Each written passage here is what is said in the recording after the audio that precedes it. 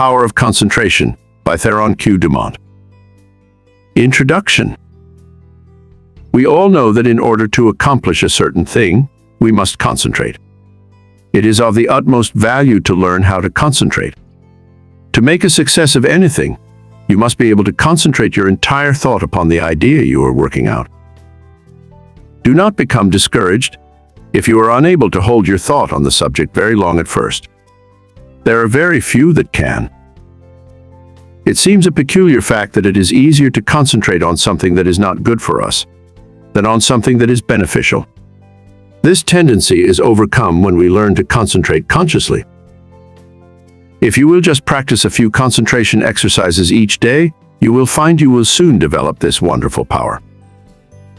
Success is assured when you are able to concentrate, for you are then able to utilize for your good all constructive thoughts and shut out all the destructive ones. It is of the greatest value to be able to think only that which will be beneficial. Did you ever stop to think what an important part your thoughts, concentrated thoughts, play in your life? This book shows their far-reaching and all-abiding effects. These lessons you will find very practical. The exercises I have thoroughly tested. They are arranged so that you will notice an improvement from the very start, and this will give you encouragement. They point out ways in which you can help yourself. Man is a wonderful creature, but he must be trained and developed to be useful. A great work can be accomplished by every man if he can be awakened to do his very best. But the greatest man would not accomplish much if he lacked concentration and effort. Dwarfs can often do the work of giants when they are transformed by the almost magic power of great mental concentration. But giants will only do the work of dwarfs when they lack this power. We accomplish more by concentration than by fitness. The man that is apparently best suited for a place does not always fill it best. It is the man that concentrates on its every possibility that makes an art of both his work and his life. All your real advancement must come from your individual effort. This course of lessons will stimulate and inspire you to achieve success. It will bring you into perfect harmony with the laws of success. It will give you a firmer hold on your duties and responsibilities. The methods of thought concentration given in this work, if put into practice, will open up interior avenues that will connect you with the everlasting laws of being and their exhaustless foundation of unchangeable truth. As most people are very different, it is impossible to give instructions that will be of the same value to all. The author has endeavored in these lessons to awaken that within the soul, which perhaps the book does not express. So study these lessons as a means of awakening and training that which is within yourself. Let all your acts and thoughts have the intensity and power of concentration. To really get the full benefit of these lessons, you should read a page, then close the book and thoughtfully recall its ideas. If you will do this, you will soon cultivate a concentrated mental habit, which will enable you to read with ordinary rapidity and remember all that you read. Lesson 1. Concentration finds the way. Everyone has two natures. One wants us to advance, and the other wants to pull us back. The one that we cultivate and concentrate on decides what we are at the end. Both natures are trying to gain control. The will alone decides the issue. A man, by one supreme effort of the will, may change his whole career and almost accomplish miracles. You may be that man. You can be if you will to be, for will can find a way or make one. I could easily fill a book of cases where men plodding along in a matter-of-fact way were all at once aroused, and as if awakening from a slumber, they developed the possibilities within them, and from that time on were different persons. You alone can decide when the turning point will come. It is a matter of choice whether we allow our diviner self to control us, or whether we will be controlled by the brute within us. No man has to do anything he does not want to do. He is therefore the director of his life if he wills to be. What we are to do is the result of our training. We are like putty and can be completely controlled by our willpower. Habit is a matter of acquirement. You hear people say, "He comes by this or that naturally, a chip off the old block," meaning that he is only doing what his parents did. This is quite often the case, but there is no reason for it. For a person can break a habit just the moment he masters the "I will." A man may have been a good-for-nothing all his life up to this very minute, but from this time on, he begins to amount to something. Even old men have suddenly changed and accomplished wonders. "I lost my opportunity," says one. That may be true, but by sheer force of will, we can find a way to bring us another opportunity. There is no truth in the saying that opportunity knocks at our door, but once in a lifetime. The fact is, opportunity never seeks us. We must seek it. What usually turns out to be one man's opportunity was another man's loss. In this day, one man's brain is matched against another's. It is often the quickness of brain action that determines the result. One man thinks, "I will do it," but while he procrastinates, the other goes ahead and does the work. They both have the same opportunity. The one will complain of his lost chance, but it should teach him a lesson, and it will, if he is seeking the path that leads to success. Many persons read good books, but say they do not get much good out of them. They do not realize that all any book or any lesson course can do is to awaken them to their possibilities, to stimulate them to use their willpower. You may teach a person from now until doomsday, but that person will only know what he learns himself. You can lead him to the fountain, but you can't make him drink. One of the most beneficial practices I know of is that of looking for the good in everyone and everything, for there is good in all things. We encourage a person by seeing his good qualities, and we also help ourselves by looking for them. We gain their good wishes, a most valuable asset sometimes. We get back what we give out. The time comes when most all of us need encouragement, need buoying up. So form the habit of encouraging others, and you will find it a wonderful tonic for both those encouraged and yourself, for you will get back encouraging and uplifting thoughts.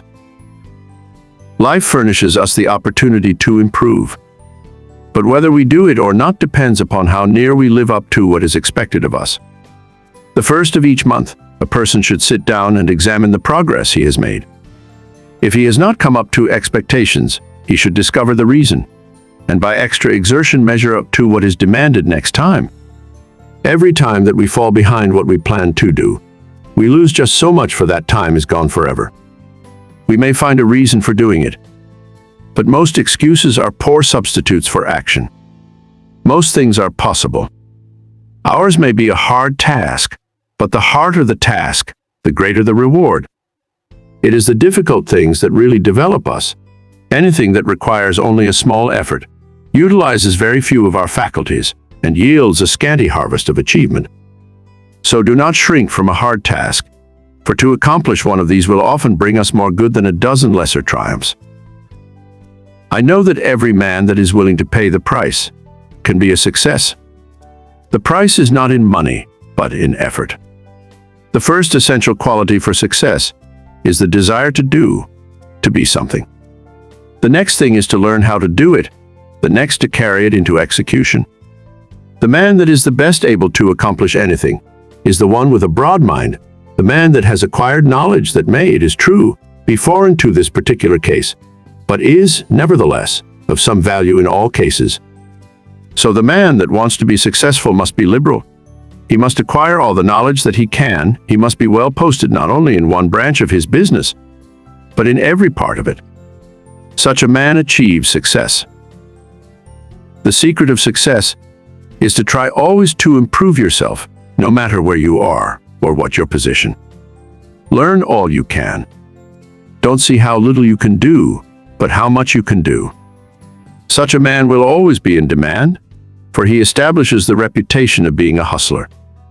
There is always room for him, because progressive firms never let a hustler leave their employment if they can help it. The man that reaches the top is the gritty, plucky, hard worker, and never the timid, uncertain, slow worker. An untried man is seldom put in a position of responsibility and power.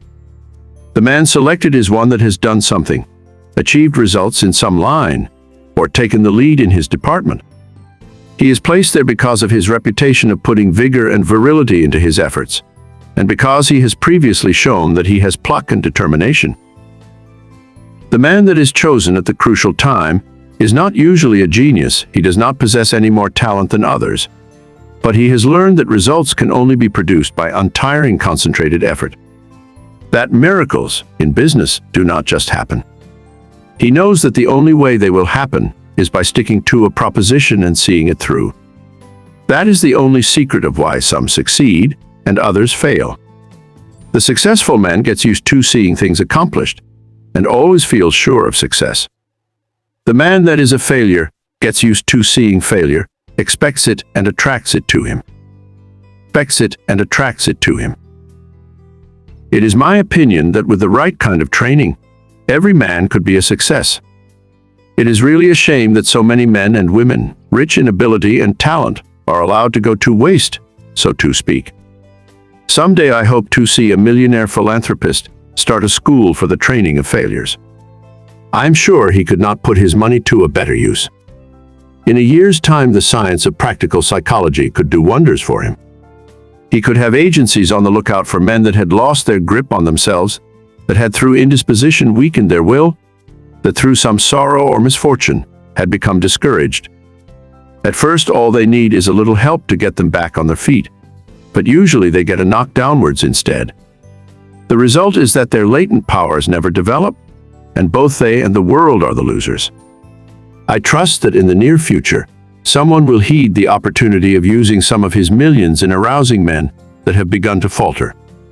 All they need to be shown is that there is within them an omnipotent source that is ready to aid them, providing they will make use of it. Their minds only have to be turned from despair to hope to make them regain their hold. When a man loses his grip today, he must win his redemption by his own will. He will get little encouragement or advice of an inspiring nature. He must usually regain the right road alone. He must stop dissipating his energies and turn his attention to building a useful career. Today we must conquer our weakening tendencies alone. Don't expect anyone to help you. Just take one big brace, make firm resolutions, and resolve to conquer your weaknesses and vices. Really, none can do this for you. They can encourage you, that is all. I can think of nothing but lack of health that should interfere with one becoming successful. There is no other handicap that you should not be able to overcome. To overcome a handicap, all that it is necessary to do is to use more determination and grit and will. The man with grit and will may be poor today and wealthy in a few years.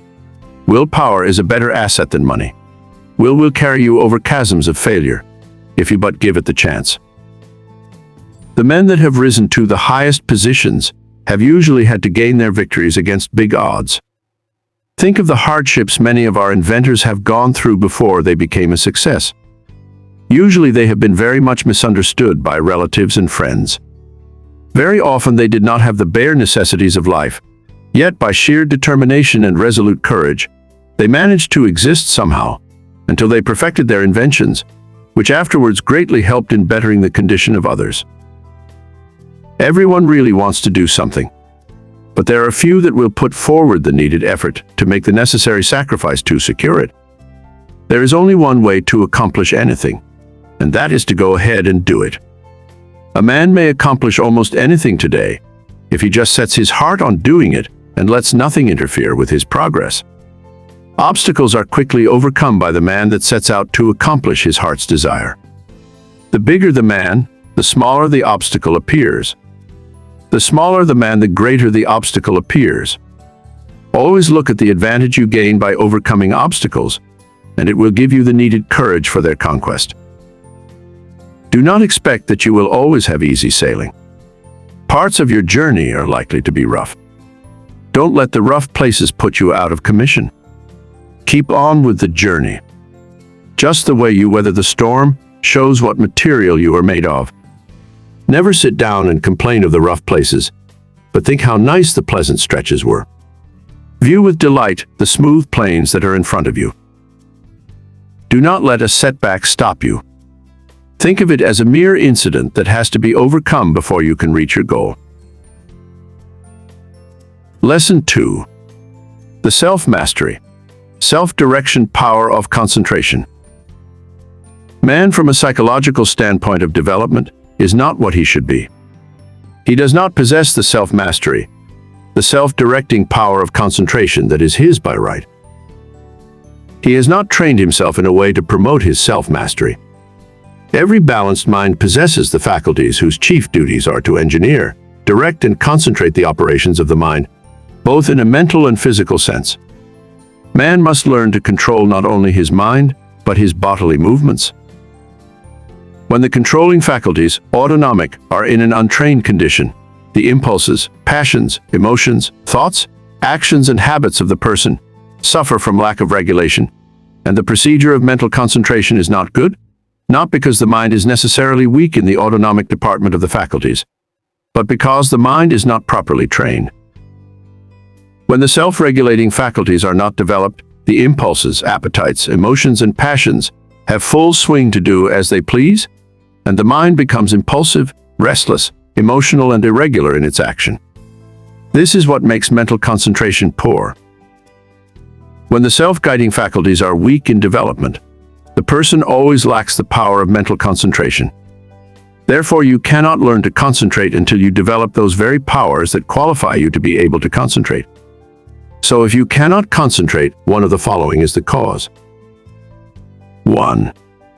Deficiency of the motor centers. 2. An impulsive and emotional mind. 3. An untrained mind. The last fault can soon be removed by systematic practice. It is easiest to correct. The impulsive and emotional state of mind can best be corrected by restraining anger, passion and excitement, hatred, strong impulses, intense emotions, fretfulness, etc. It is impossible to concentrate when you are in any of these excited states. These can be naturally decreased by avoiding such food and drinks as have nerve-weakening or stimulating influences, or a tendency to stir up the passions, the impulses, and the emotions. It is a very good practice to watch and associate with those persons that are steady, calm, controlled, and conservative. Correcting the deficiency of the motor centers is harder because as the person's brain is undeveloped, he lacks willpower. To cure this takes some time. Persons so afflicted may benefit by reading and studying my course, The Mastermind. Many have the idea that when they get into a negative state, they are concentrating, but this is not so. They may be meditating, though not concentrating. Those that are in a negative state a good deal of the time cannot, as a rule, concentrate very well. They develop instead abstraction of the mind, or absence of mind. Their power of concentration becomes weaker, and they find it difficult to concentrate on anything. They very often injure the brain if they keep up this state. To be able to concentrate, you must possess strength of mind. The person that is feeble-minded cannot concentrate his mind because of lack of will.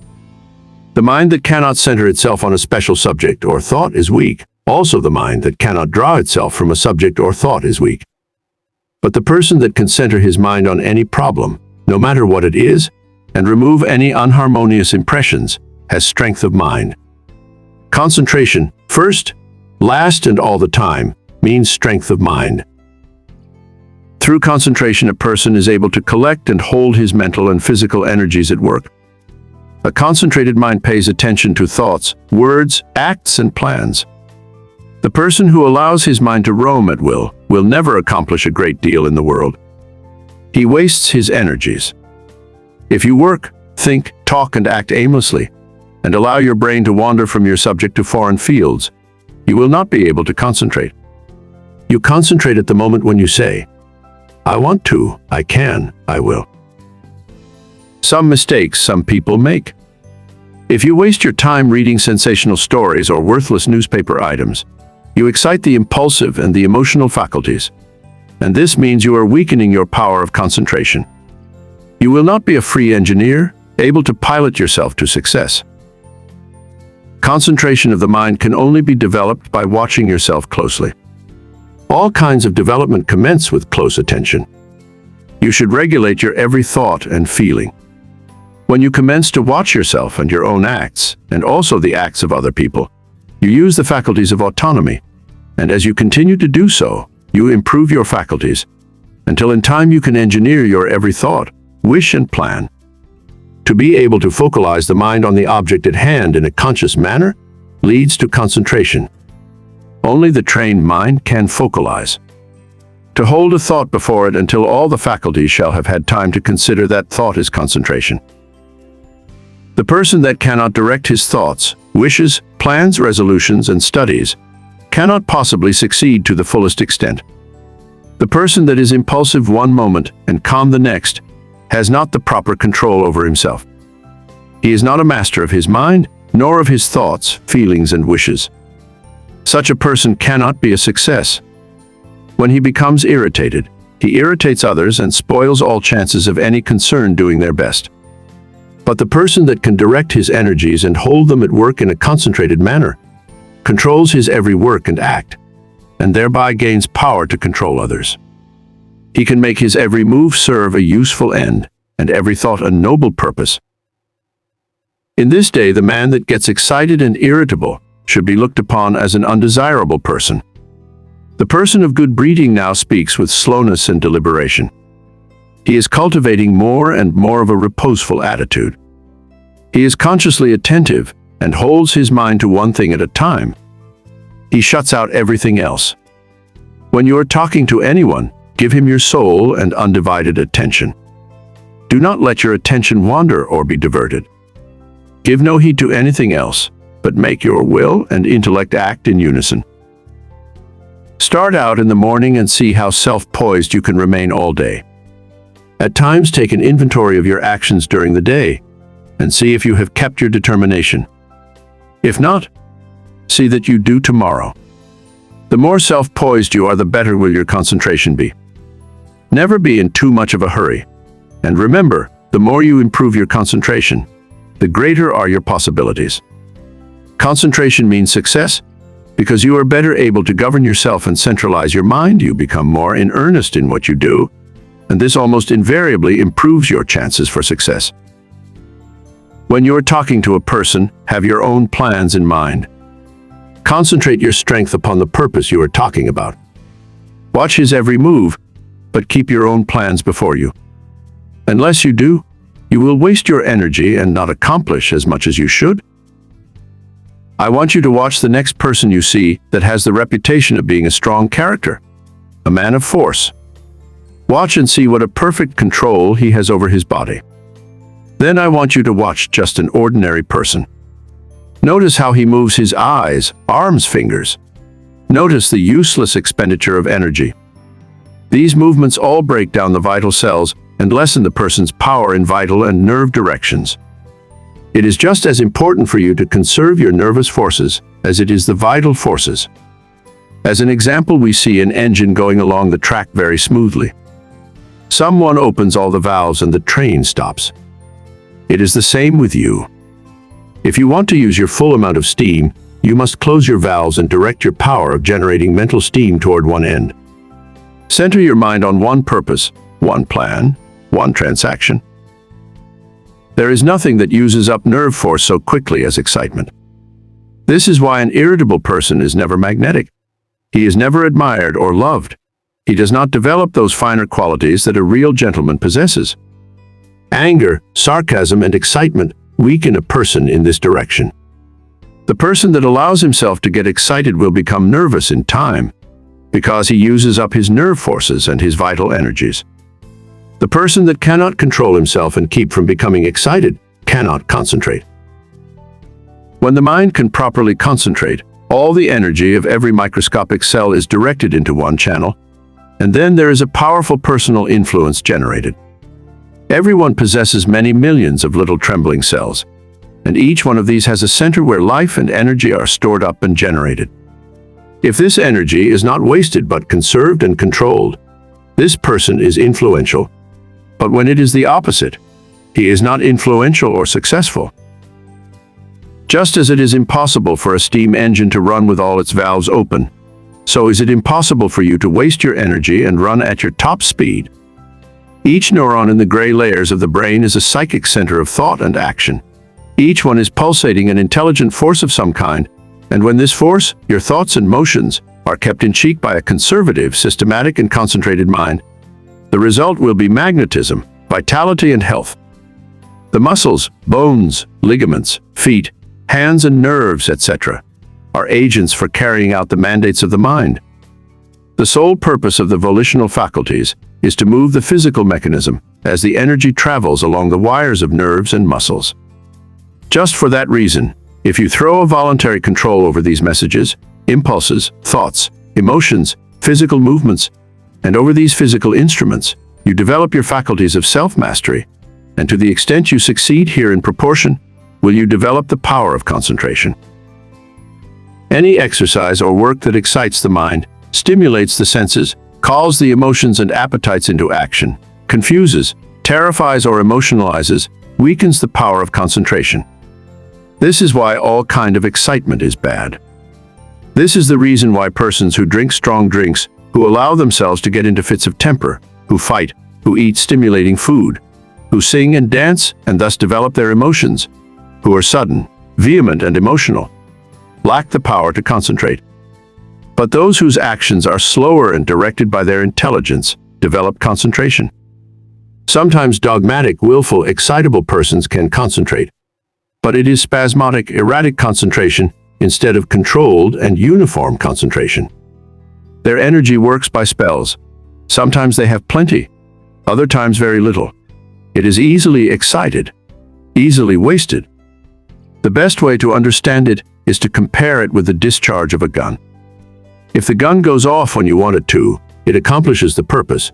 But if it goes off before you are ready for it, you will not only waste ammunition, but it is also likely to do some damage. That is just what most persons do. They allow their energy to explode, thus not only wasting it, but endangering others. They waste their power, their magnetism, and so injure their chance of success. Such persons are never well liked and never will be until they gain control over themselves. It will be necessary for them to practice many different kinds of concentration exercises, and to keep them up for some time. They must completely overcome their sudden, erratic thoughts and regulate their emotions and movements. They must from morning to night train the mind to be steady and direct and keep the energies at work. The lower area of the brain is the storehouse of the energy. Most all persons have all the dynamic energy they need if they would concentrate it. They have the machine, but they must also have the engineer, or they will not go very far. The engineer is the self-regulating, directing power. The person that does not develop his engineering qualities will not accomplish much in life. The good engineer controls his every act. All work assists in development. By what you do, you either advance or degenerate. This is a good idea to keep always in mind. When you are uncertain whether you should do something or not, just think whether by doing it you will grow or deteriorate, and act accordingly. I am a firm believer in work when you work and play when you play. When you give yourself up to pleasure, you can develop concentration by thinking of nothing else but pleasure. When your mind dwells on love, think of nothing but this, and you will find you can develop a more intense love than you ever had before. When you concentrate your mind on the you, or real self, and its wonderful possibilities, you develop concentration and a higher opinion of yourself. By doing this systematically, you develop much power, because you cannot be systematic without concentrating on what you are doing. When you walk out into the country and inhale the fresh air, studying vegetation, trees, etc., you are concentrating. When you see that you are at your place of business at a certain time each morning, you are developing steadiness of habit and becoming systematic. If you form the habit of being on time one morning, a little late the next, and still later the following one, you are not developing concentration, but whenever you fix your mind on a certain thought and hold your mind on it at successive intervals, you develop concentration. If you hold your mind on some chosen object, you centralize your attention, just like the lens of the camera centralizes on a certain landscape. Therefore, always hold your mind on what you are doing, no matter what it is. Keep a careful watch over yourself, for unless you do, your improvement will be very slow. Practice inhaling long, deep breaths, not simply for the improvement of health, although that is no small matter, but also for the purpose of developing more power, more love, more life. All work assists in development. You may think it foolish to try to develop concentration by taking muscular exercises, but you must not forget that the mind is associated with muscle and nerve. When you steady your nerves and muscles, you steady your mind. But let your nerves get out of order, and your mind will become erratic, and you will not possess the power of direction, which, in other words, is concentration. Therefore, you understand how important exercises that steady the nerves and muscles are in developing concentration. Everyone is continually receiving impulses that must be directed and controlled if one is to lead a successful life.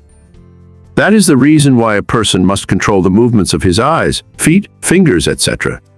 This is another reason why it is important to control his breathing. The slow, deep, prolonged exhalations are of wonderful value. They steady the circulation, the heart action, muscles, and nerves of the mind.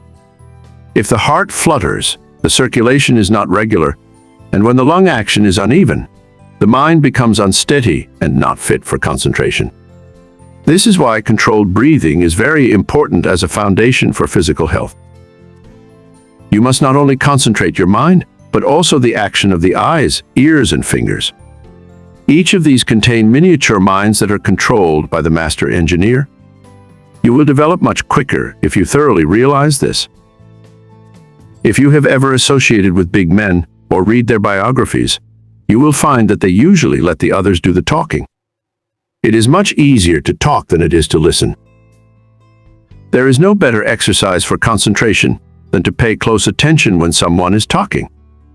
Besides learning from what they have to say, you may develop both mental and physical concentration. When you shake hands with someone, just think of your hand as containing hundreds of individual minds, each having an intelligence of its own. When you put this feeling into your handshake, it shows personality. When you shake hands in a listless way, it denotes timidity, lack of force, and power of personality. When the hand grip is very weak and stiff, the person has little love in his nature, no passion and no magnetism. When the handshake is just the opposite, you will find that the nature is also. The loveless person is non-magnetic, and he shows that he is by his non-magnetic handshake. When two developed souls shake hands, their clasps are never light. There is a thrill that goes through both when the two currents meet. Love arouses the opposite currents of the positive and negative natures. When there is no love, life loses its charm. The hand quickly shows when love is being aroused. This is why you should study the art of hand shaking and develop your social affections. A person that loves his kind reflects love, but a person that hates reflects hate. The person with a bad nature, a hateful disposition, evil thoughts and feeling, is erratic, freakish, and fitful. When you allow yourself to become irritable, watch how you breathe, and you will learn a valuable lesson. Watch how you breathe when you are happy. Watch your breathing when you harbor hate. Watch how you breathe when you feel in love with the whole world and noble emotions thrill you.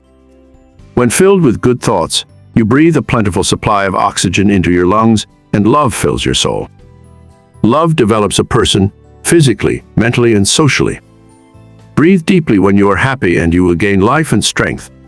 You will steady your mind, and you will develop your power of concentration and become magnetic and powerful. If you want to get more out of life, you must think more of love. Unless you have real affection for something, you have no sentiment, no sweetness, no magnetism. So arouse your love affections by your will and enter into a fuller life.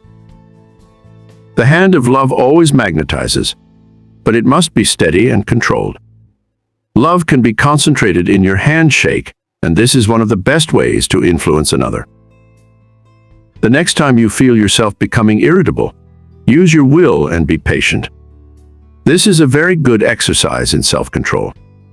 It will help you to keep patient if you will breathe slowly and deeply.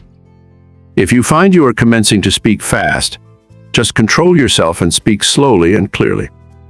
Keep from either raising or lowering your voice, and concentrate on the fact that you are determined to keep your poise, and you will improve your power of concentration. When you meet people of some consequence, assume a reposeful attitude before them. Do this at all times. Watch both them and yourself. Static exercises develop the motor faculties and increase the power of concentration. If you feel yourself getting irritable, nervous, or weak, stand squarely on your feet with your chest up and inhale deeply, and you will see that your irritability will disappear and a silent calm will pass over you. If you are in the habit of associating with nervous, irritable people, quit it until you grow strong in the power of concentration, because irritable, angry, fretful, dogmatic, and disagreeable people will weaken what powers of resistance you have. Any exercises that give you better control of the ears, fingers, eyes, feet, help you to steady your mind. When your eye is steady, your mind is steady. One of the best ways to study a person is to watch his physical movements, for when we study his actions, we are studying his mind. Because actions are the expressions of the mind. As the mind is, so is the action. If it is uneasy, restless, erratic, unsteady, its actions are the same. When it is composed, the mind is composed. Concentration means control of the mind and body. You cannot secure control over one without the other. Many people who seem to lack ambition have sluggish minds. They are steady, patient, and seemingly have good control, but this does not say they are able to concentrate. These people are indolent, inactive, slow, and listless because they lack energy. They do not lose control because they have little force to control. They have no temper, and it therefore cannot disturb them. Their actions are steady because they possess little energy. The natural person is internally strong, energetic, and forceful, but his energy, force, and strength, thoughts, and physical movements are well under his control. If a person does not have energy, both mental and physical, he must develop it. If he has energy which he cannot direct and hold to a point, he must learn to do so. A man may be very capable, but unless he wills to control his abilities, they will not do him any good. We hear so much talk about the benefit of physical culture, but the real benefit of this is really lost sight of. There is nothing that holds the faculties at work in a sustained and continuous manner as static exercises do. For, as stated before, when you learn to control the body, you are gaining control over the mind. Lesson 3. How to gain what you want through concentration. The ignorant person may say, "How can you get anything by merely wanting it?" I say that through concentration, you can get anything you want. Every desire can be gratified, but whether it is, will depend upon you concentrating to have that desire fulfilled. Merely wishing for something will not bring it. Wishing you had something shows a weakness and not a belief that you will really get it. So never merely wish. As we are not living in a fairy age, you use up just as much brain force in vain imaginings as you do when you think of something worthwhile. Be careful of your desires, make a mental picture of what you want, and set your will to this until it materializes. Never allow yourself to drift without helm or rudder. Know what you want to do, and strive with all your might to do it, and you will succeed. Feel that you can accomplish anything you undertake. Many undertake to do things, but feel when they start they are going to fail, and usually they do. I will give an illustration. A man goes to a store for an article. The clerk says, "I am sorry, we have not it." But the man that is determined to get that thing inquires if he doesn't know where he can get it. Again, receiving an unsatisfactory answer, the determined buyer consults the manager, and finally he finds where the article can be bought. That is the whole secret of concentrating on getting what you want. And remember, your soul is the center of all power, and you can accomplish what you will too. "I'll find a way or make one," is the spirit that wins. I know a man that is now head of a large bank. He started there as a messenger boy. His father had a button made for him with a P on it and put it on his coat. He said, "Son, that P is a reminder that someday you are to be the president of your bank. I want you to keep this thought in your mind. Every day do something that will put you near your goal." Each night after supper he would say, "Son, what did you do today?" In this way the thought was always kept in mind. He concentrated on becoming president of that bank, and he did. His father told him never to tell anyone what that P stood for. A good deal of fun was made of it by his associates, and they tried to find out what it stood for. But they never did until he was made president, and then he told the secret. Don't waste your mental powers in wishes. Don't dissipate your energies by trying to satisfy every whim. Concentrate on doing something really worthwhile. The man that sticks to something is not the man that fails. Power to him who power exerts. Emerson. Success today depends largely on concentrating on the interior law of force, for when you do this, you awaken those thought powers or forces, which, when used in business, ensures permanent results. Until you are able to do this, you have not reached your limit in the use of your forces. This great universe is interwoven with myriads of forces.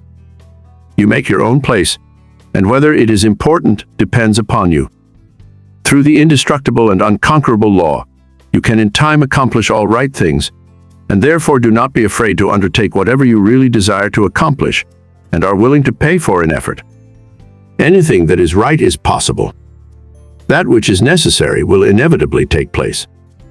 If something is right, it is your duty to do it, though the whole world thinks it to be wrong. God and one are always a majority, or in plain words, that omnipotent interior law which is God, and the organism that represents you is able to conquer the whole world if your cause is absolutely just. Don't say, "I wish I was a great man." You can do anything that is proper and you want to do. Just say, "You can." You will. You must. Just realize this, and the rest is easy. You have the latent faculties and forces to subdue anything that tries to interfere with your plans. Let the troubles and responsibilities of life come thick and fast. I am ready for them. My soul is unconquerable. I represent the infinite law of force, or of all power. This God within is my all-sufficient strength and ever-present help in time of trouble. The more difficulties, the greater its triumphs through me. The harder my trials, the faster I go in the development of my inherent strength. Let all else fail me. This interior reliance is all-sufficient. The right must prevail. I demand wisdom and power to know and follow the right. My higher self is all-wise. I now draw nearer to it. Lesson 4. Concentration, the silent force that produces results in all business. I want you first to realize how powerful thought is. A thought of fear has turned a person's hair gray in a night. A prisoner condemned to die was told that if he would consent to an experiment and lived through it, he would be freed. He consented. They wanted to see how much blood a person could lose and still live.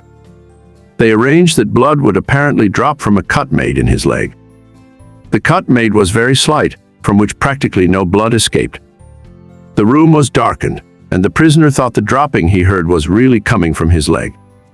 The next morning he was dead through mental fear. The two above illustrations will give you a little idea of the power of thought. To thoroughly realize the power of thought is worth a great deal to you. Through concentrated thought power, you can make yourself whatever you please. By thought, you can greatly increase your efficiency and strength. You are surrounded by all kinds of thoughts, some good, others bad, and you are sure to absorb some of the latter if you do not build up a positive mental attitude. If you will study the needless moods of anxiety, worry, despondency, discouragement, and others that are the result of uncontrolled thoughts, you will realize how important the control of your thoughts are. Your thoughts make you what you are. When I walk along the street and study the different people's faces, I can tell how they spent their lives. It all shows in their faces, just like a mirror reflects their physical countenances. In looking in those faces, I cannot help thinking how most of the people you see have wasted their lives. The understanding of the power of thought will awaken possibilities within you that you never dreamed of. Never forget that your thoughts are making your environment, your friends, and as your thoughts change, these will also. Is this not a practical lesson to learn? Good thoughts are constructive. Evil thoughts are destructive. The desire to do right carries with it a great power. I want you to thoroughly realize the importance of your thoughts and how to make them valuable, to understand that your thoughts come to you over invisible wires and influence you. If your thoughts are of a high nature, you become connected with people of the same mental caliber, and you are able to help yourself. If your thoughts are tricky, you will bring tricky people to deal with you, who will try to cheat you. If your thoughts are right kind, you will inspire confidence in those with whom you are dealing. As you gain the goodwill of others, your confidence and strength will increase. You will soon learn the wonderful value of your thoughts and how serene you can become, even when circumstances are the most trying. Such thoughts of right and good will bring you into harmony with people that amount to something in the world and that are able to give you help if you should need it, as nearly everyone does at times. You can now see why it is so important to concentrate your thoughts in the proper channels. It is very necessary that people should have confidence in you. When two people meet, they have not the time to look each other up. They accept each other according to instinct, which can usually be relied on. You meet a person, and his attitude creates a suspicion in you. The chances are you cannot tell why.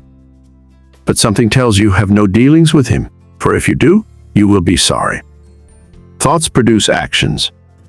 Therefore, be careful of your thoughts. Your life will be molded by the thoughts you have.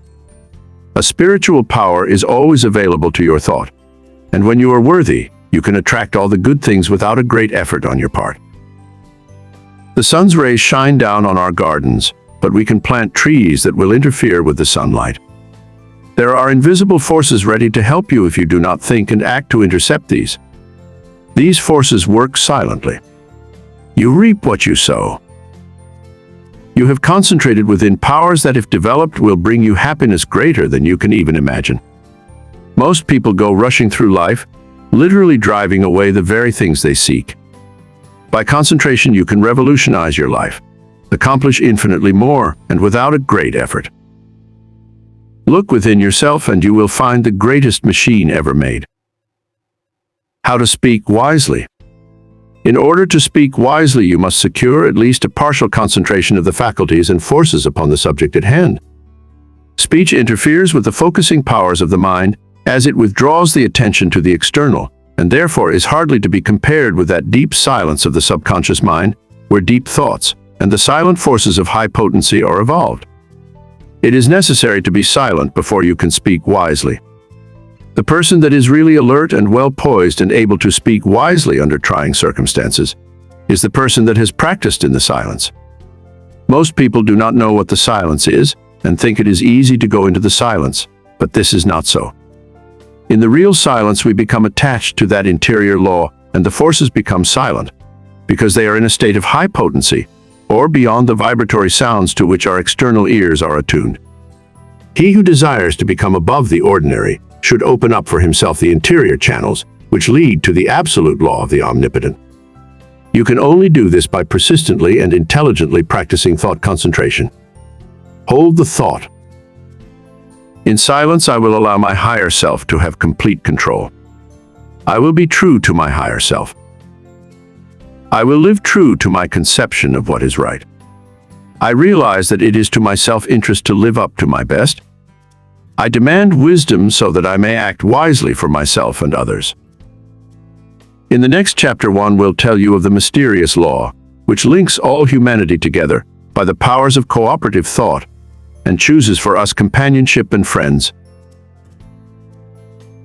Lesson 5. How concentrated thought links all humanity together. It is within your power to gratify your every wish. Success is the result of the way you think. I will show you how to think to be successful. The power to rule and attract success is within yourself. The barriers that shut these off from you are subject to your control. You have unlimited power to think, and this is the link that connects you with your omniscient source. Success is the result of certain moods of mind or ways of thinking. These moods can be controlled by you and produced at will. You have been evolved to what you are from a lowly atom, because you possess the power to think. This power will never leave you, but will keep urging you on until you reach perfection.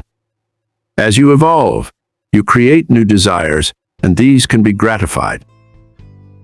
The power to rule lies within you. The barriers that keep you from ruling are also within you. These are the barriers of ignorance. Concentrated thought will accomplish seemingly impossible results and make you realize your fondest ambitions. At the same time that you break down barriers of limitation, new ambitions will be awakened. You begin to experience conscious thought constructions. If you will just realize that through deep concentration you become linked with thoughts of omnipotence, you will kill out entirely your belief in your limitations, and at the same time will drive away all fear and other negative and destructive thought forces which constantly work against you. In the place of these, you will build up a strong assurance that your every venture will be successful. When you learn thus how to concentrate and reinforce your thought, you control your mental creations. They in turn help to mold your physical environment, and you become the master of circumstances and the ruler of your kingdom. It is just as easy to surround your life with what you want as it is with what you don't want. It is a question to be decided by your will.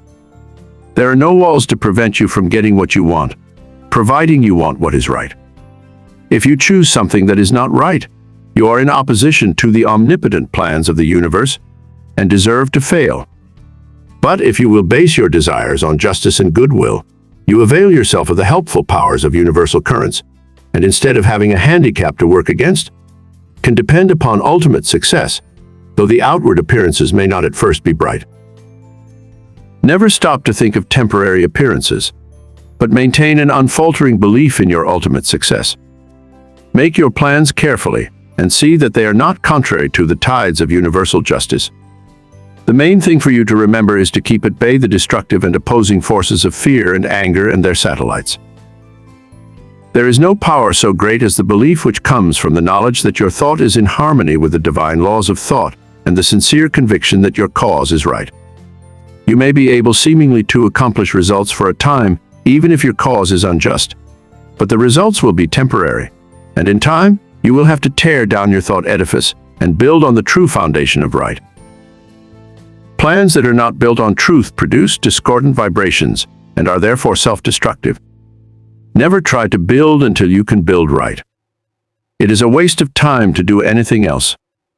You may temporarily put aside your desire to do right, but its true vibrations will interfere with your unjust plans until you are forced back into righteous paths of power. All just causes succeed in time, though temporarily they may fail. So if you should face the time when everything seems against you, quiet your fears, drive away all destructive thoughts, and uphold the dignity of your moral and spiritual life. Where there is a will, there is a way.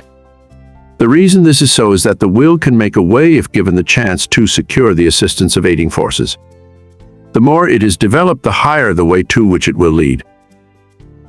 When everything looks gloomy and discouraging, then is the time to show what you are made of by rejoicing that you can control your moods, by making them as calm, serene, and bright as if prosperity were yours. Be faithful in sowing the thought seeds of success, in perfect trust that the sun will not cease to shine and bring a generous harvest in one season. It is not always necessary to think of the success of a venture when you are actually engaged in it. For when the body is inactive, the mind is most free to catch new ideas that will further the opportunity you are seeking. When you are actually engaged in doing something, you are thinking in the channels you have previously constructed, and the work does not have to be done over again. When you are in a negative mood, the intuitions are more active, for you are not then controlling your thoughts by the will. Everything we do should have the approval of the intuition. When you are in a negative mood, you attract thoughts of similar nature through the law of affinity. That is why it is so important to form thoughts of a success nature to attract similar ones. If you have never made a study of this subject, you may think this is all foolishness, but it is a fact that there are thought currents that unerringly bring thoughts of a similar nature. Many persons who think of failure actually attract failure by their worries, their anxieties, their overactivity. These thoughts are bound to bring failure. When you once learn the laws of thought and think of nothing but good, truth, success, you will make more progress with less effort than you ever made before. There are forces that can aid the mind that are hardly dreamed of by the average person. When you learn to believe more in the value of thought and its laws, you will be led aright, and your business gains will multiply. The following method may assist you in gaining better thought control. If you are unable to control your fears, just say to your faulty determination, "Do not falter or be afraid, for I am not really alone. I am surrounded by invisible forces that will assist me to remove the unfavorable appearances." Soon you will have more courage. The only difference between the fearless man and the fearful one is in his will, his hope. So if you lack success, believe in it, hope for it, claim it. You can use the same method to brace up your thoughts of desire, aspiration, imagination, expectation, ambition, understanding, trust, and assurance. If you get anxious, angry, discouraged, undecided, or worried, it is because you are not receiving the cooperation of the higher powers of your mind. By your will, you can so organize the powers of the mind that your moods change only as you want them to, instead of as circumstances affect you. I was recently asked if I advised concentrating on what you eat or what you see while walking. My reply was that no matter what you may be doing, when in practice, think of nothing else but that act at the time. The idea is to be able to control your unimportant acts. Otherwise, you set up a habit that it will be hard to overcome, because your faculties have not been in the habit of concentrating. Your faculties cannot be disorganized 1 minute and organized the next. If you allow the mind to wander while you are doing small things, it will be likely to get into mischief and make it hard to concentrate on the important act when it comes. The man that is able to concentrate is the happy, busy man. Time does not drag with him. He always has plenty to do. He does not have time to think over past mistakes, which would make him unhappy. If despite our discouragement and failures, we claim our great heritage, life and truth and force, like an electric current, will permeate our lives until we enter into our birthright in eternity. The will does not act with clearness, decision, and promptness unless it is trained to do so. There are comparatively few that really know what they are doing every minute of the day. This is because they do not observe with sufficient orderliness and accuracy to know what they are doing. It is not difficult to know what you are doing all the time, if you will just practice concentration and with a reposeful deliberation, and train yourself to think clearly, promptly, and decisive. If you allow yourself to worry or hurry in what you are doing, this will not be clearly photographed upon the sensitized plate of the subjective mind, and you therefore will not be really conscious of your actions. So practice accuracy and concentration of thought, and also absolute truthfulness, and you will soon be able to concentrate. Lesson 6. The training of the will to do. The will to do is the greatest power in the world that is concerned with human accomplishment, and no one can in advance determine its limits. The things that we do now would have been a few ages ago impossibilities. Today the safe maxim is, all things are possible. The will to do is a force that is strictly practical, yet it is difficult to explain just what it is. It can be compared to electricity because we know it only through its cause and effects. It is a power we can direct, and to just the extent we direct it do we determine our future. Every time you accomplish any definite act, consciously or unconsciously, you use the principle of the will. You can will to do anything whether it is right or wrong, and therefore the way you use your will makes a big difference in your life. Every person possesses some will to do. It is the inner energy which controls all conscious acts. What you will to do directs your life forces. All habits, good or bad, are the result of what you will to do. You improve or lower your condition in life by what you will to do. Your will has a connection with all avenues of knowledge, all activities, all accomplishment. You probably know of cases where people have shown wonderful strength under some excitement, similar to the following. The house of a farmer's wife caught on fire. No one was around to help remove anything. She was a frail woman, and ordinarily was considered weak. On this occasion, she removed things from the house that it later took 3 men to handle. It was the will to do that she used to accomplish her task. Genius is but a will to do little things with infinite pains. Little things well done open the door of opportunity for bigger things. The will accomplishes its greater results through activities that grow out of great concentration in acquiring the power of voluntary attention to such an extent that we can direct it where we will and hold it steadily to its task until our aim is accomplished. When you learn so to use it, your willpower becomes a mighty force. Almost everything can be accomplished through its proper use. It is greater than physical force because it can be used to control not only physical, but mental and moral forces. There are very few that possess perfectly developed and balanced willpower, but those who do easily crush out their weak qualities. Study yourself carefully. Find out your greatest weakness and then use your willpower to overcome it. In this way, eradicate your faults, one by one, until you have built up a strong character and personality. Rules for improvement. A desire arises. Now think whether this would be good for you. If it is not, use your willpower to kill out the desire. But on the other hand, if it is a righteous desire, summon all your willpower to your aid, crush all obstacles that confront you, and secure possession of the coveted good. Slowness in making decisions. This is a weakness of willpower. You know you should do something, but you delay doing it through lack of decision. It is easier not to do a certain thing than to do it, but conscience says to do it. The vast majority of persons are failures because of the lack of deciding to do a thing when it should be done. Those that are successful have been quick to grasp opportunities by making a quick decision. This power of will can be used to bring culture, wealth, and health. Some special pointers. For the next week, try to make quicker decisions in your little daily affairs. Set the hour you wish to get up and arise exactly at the fixed time. Anything that you should accomplish, do on or ahead of time. You want, of course, to give due deliberation to weighty matters, but by making quick decisions on little things, you will acquire the ability to make quick decisions in bigger things. Never procrastinate.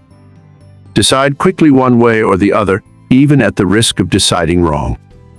Practice this for a week or two and notice your improvement. The lack of initiative. This, too, keeps many men from succeeding. They have fallen into the way of imitating others in all that they do. Very often we hear the expression, "He seems clever enough, but he lacks initiative." Life for them is one continuous grind. Day after day they go through the same monotonous round of duties, while those that are getting along are using their initiative to get greater fullness of life. There is nothing so responsible for poverty as this lack of initiative, this power to think and do for ourselves. You are as good as anyone. You have willpower, and if you use it, you will get your share of the luxuries of life. So use it to claim your own. Don't depend on anyone else to help you. We have to fight our own battles. All the world loves a fighter, while the coward is despised by all. Every person's problems are different, so I can only say, analyze your opportunities and conditions and study your natural abilities. Form plans for improvement and then put them into operation. Now, as I said before, don't just say, "I'm going to do so and so," but carry your plan into execution. Don't make an indefinite plan, but a definite one, and then don't give up until your object has been accomplished.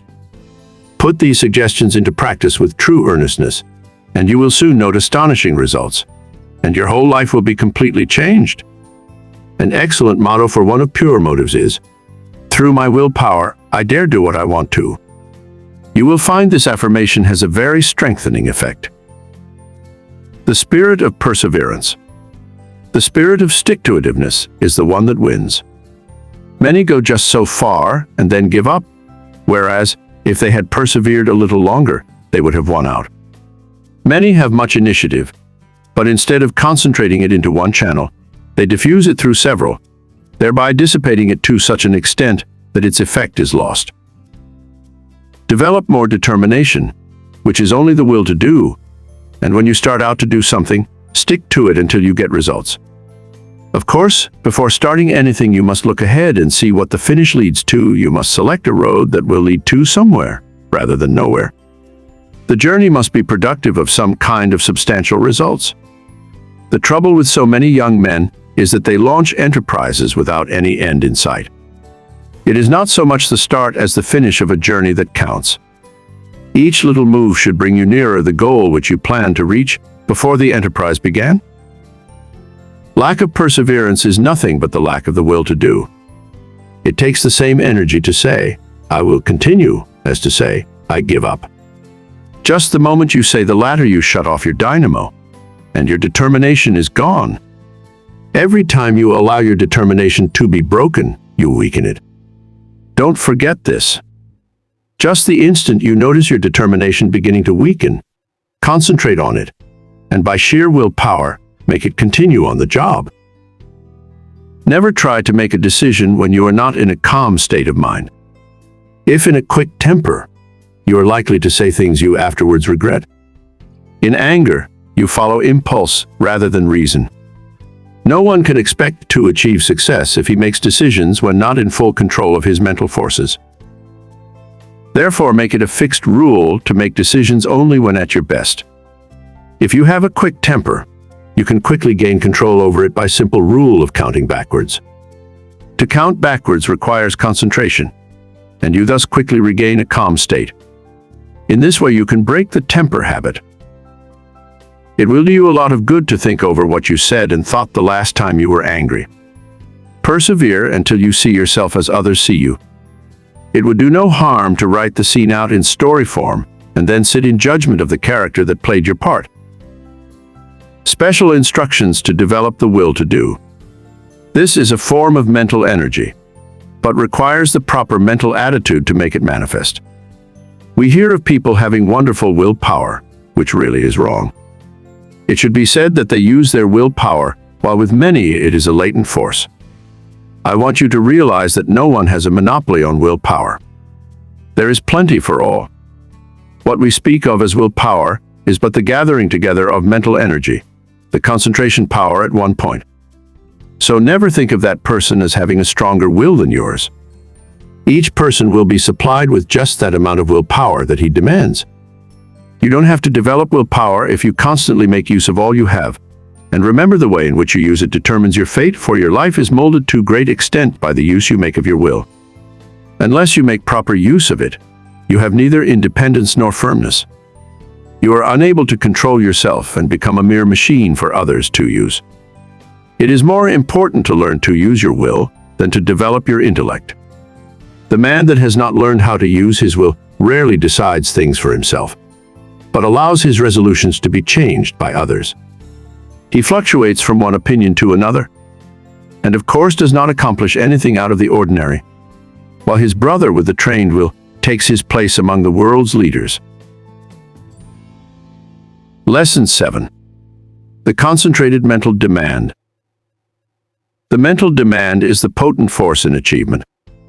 The attitude of the mind affects the expression of the face, determines action, changes our physical condition, and regulates our lives. I will not here attempt to explain the silent force that achieves results.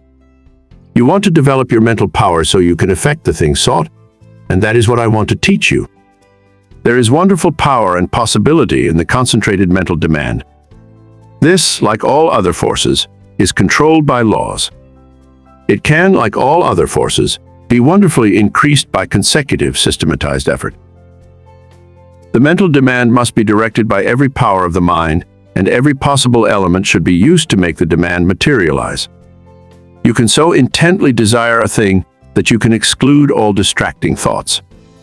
When you practice this singleness of concentration until you attain the end sought, you have developed a will capable of accomplishing whatever you wish. As long as you can only do the ordinary things, you will be counted in the mass of mediocrity. But just as quick as you surpass others by even comparatively small measure, you are classed as one of life's successes. So, if you wish to emerge into prominence, you must accomplish something more than the ordinary man or woman. It is easy to do this if you will, but concentrate on what you desire and put forth your best effort. It is not the runner with the longest legs or the strongest muscles that wins the race, but the one that can put forth the greatest desire force. You can best understand this by thinking of an engine. The engine starts up slowly, the engineer gradually extending the throttle to the top notch. It is then keyed up to its maximum speed. The same is true of two runners. They start off together, and gradually they increase their desire to go faster. The one that has the greatest intensity of desire will win. He may outdistance the other by only a fraction of an inch, yet he gets the laurels. The men that are looked upon as the world's successes have not always been men of great physical power, nor at the start did they seem very well adapted to the conditions which encompass them.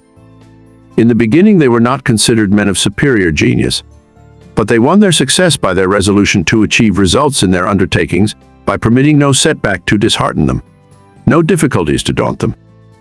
Nothing could turn them or influence them against their determination. They never lost sight of their goal. In all of us there is this silent force of wonderful power. If developed, it can overcome conditions that would seem insurmountable. It is constantly urging us on to greater achievement. The more we become acquainted with it, the better strategists we become, the more courage we develop, and the greater the desire within us for self-expression in activity along many lines. No one will ever be a failure if he becomes conscious of this silent force within that controls his destiny.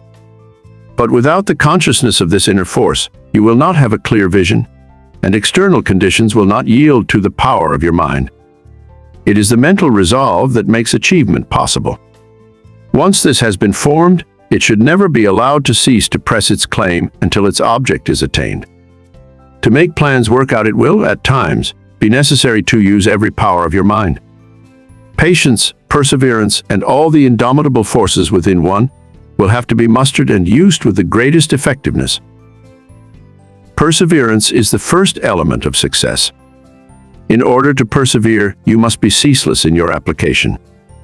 It requires you to concentrate your thoughts upon your undertaking and bring every energy to bear upon keeping them focused upon it until you have accomplished your aim. To quit short of this is to weaken all future efforts. The mental demand seems an unreal power because it is intangible, but it is the mightiest power in the world. It is a power that is free for you to use. No one can use it for you. The mental demand is not a visionary one. It is a potent force, which you can use freely without cost. When you are in doubt, it will counsel you.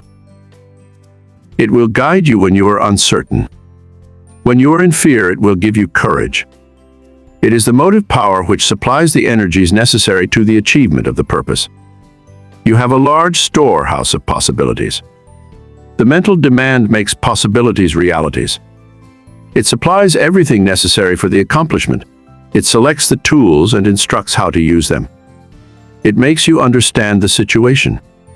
Every time you make a mental demand, you strengthen the brain centers by drawing to you external forces. Few realize the power of a mental demand. It is possible to make your demand so strong that you can impart what you have to say to another without speaking to him. Have you ever, after planning to discuss a certain matter with a friend, had the experience of having him broach the subject before you had a chance to speak of it? Have you ever, in a letter, made a suggestion to a friend that he carried out before your letter reached him? Have you ever wanted to speak to a person who just then walked in or telephoned?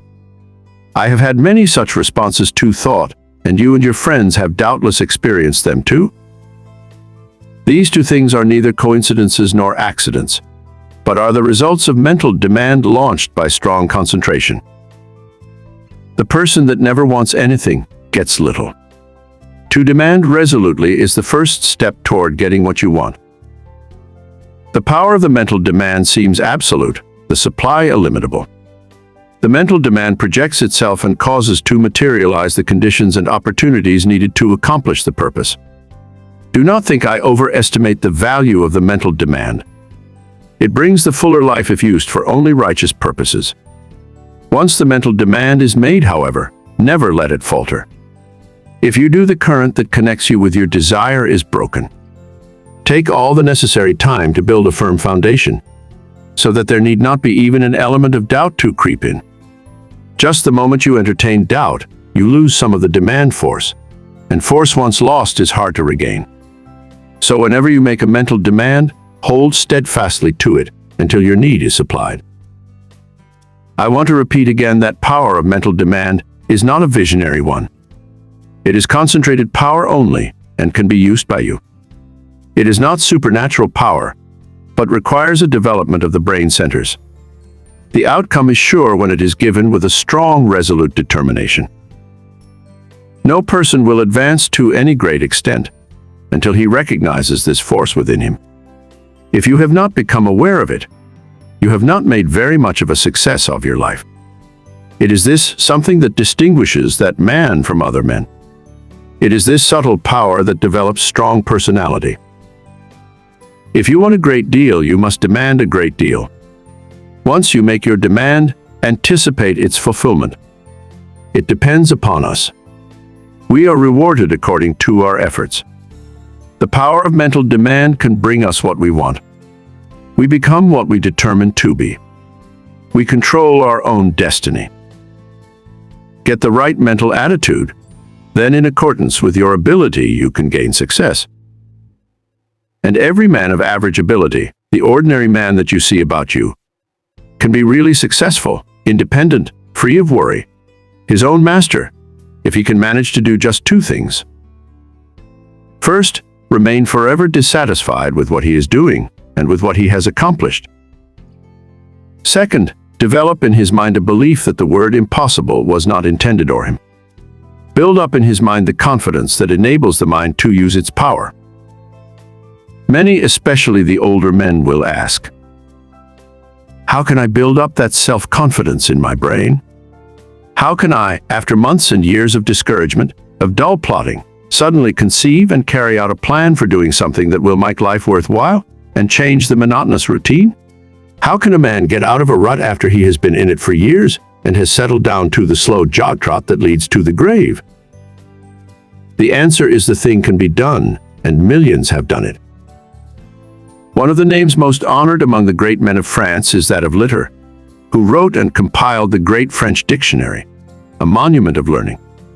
He is the man whose place among the 40 immortals of France was taken by the great Pasteur, when the latter was elected to the Academy. Litter began the work that makes him famous when he was more than 60 years old. Lesson 8. Concentration gives mental poise. You will find that the man that concentrates is well poised, whereas the man that allows his mind to wander is easily upset. When in this state, wisdom does not pass from the subconscious storehouse into the consciousness. There must be mental quiet before the two consciousnesses can work in harmony. When you are able to concentrate, you have peace of mind. If you are in the habit of losing your poise, form the habit of reading literature that has a quieting power. Just the second you feel your poise slipping, say peace, and then hold this thought in mind, and you will never lose your self-control. There cannot be perfect concentration until there is peace of mind. So keep thinking peace, acting peace, until you are at peace with all the world. For when once you have reached this state, there will be no trouble to concentrate on anything you wish. When you have peace of mind, you are not timid or anxious or fearful or rigid, and you will not allow any disturbing thought to influence you. You cast aside all fears and think of yourself as a spark of the divine being, as a manifestation of the one universal principle that fills all space and time. Think of yourself thus as a child of the infinite, possessing infinite possibilities. Write on a piece of paper, I have the power to do and to be whatever I wish to do and be. Keep this mentally before you, and you will find the thought will be of great help to you. The mistake of concentrating on your business while away. In order to be successful today, you must concentrate, but don't become a slave to concentration and carry your business cares home. Just as sure as you do, you will be burning the life forces at both ends, and the fire will go out much sooner than was intended. Many men become so absorbed in their business that when they go to church, they do not hear the preacher because their minds are on their business. If they go to the theater, they do not enjoy it because their business is on their minds. When they go to bed, they think about business instead of sleep, and wonder why they don't sleep. This is the wrong kind of concentration and is dangerous. It is involuntary. When you are unable to get anything out of your mind, it becomes unwholesome, as any thought held continuously causes weariness of the flesh. It is a big mistake to let a thought rule you instead of ruling it. He who does not rule himself is not a success. If you cannot control your concentration, your health will suffer. So never become so absorbed with anything that you cannot lay it aside and take up another. This is self-control. Concentration is paying attention to a chosen thought. Everything that passes before the eye makes an impression on the subconscious mind, but unless you pay attention to some certain thing, you will not remember what you saw. For instance, if you walk down a busy street without seeing anything that attracted your particular attention, you could not recall anything you saw. So you see only what attracts your attention. If you work, you only see and remember what you think about. When you concentrate on something, it absorbs your whole thought. Self-study valuable. Everyone has some habits that can be overcome by concentration.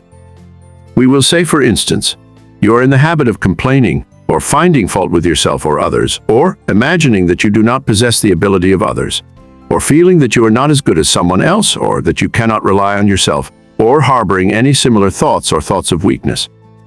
These should be cast aside, and instead thoughts of strength should be put in their place.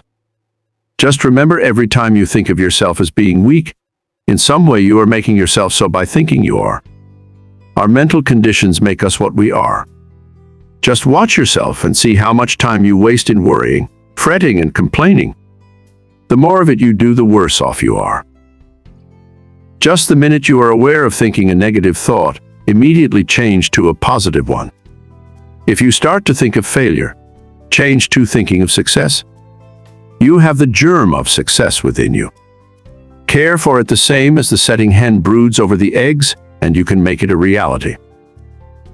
You can make those that you come in contact with feel as you do, because you radiate vibrations of the way you feel, and your vibrations are felt by others. When you concentrate on a certain thing, you turn all the rays of your vibrations on this.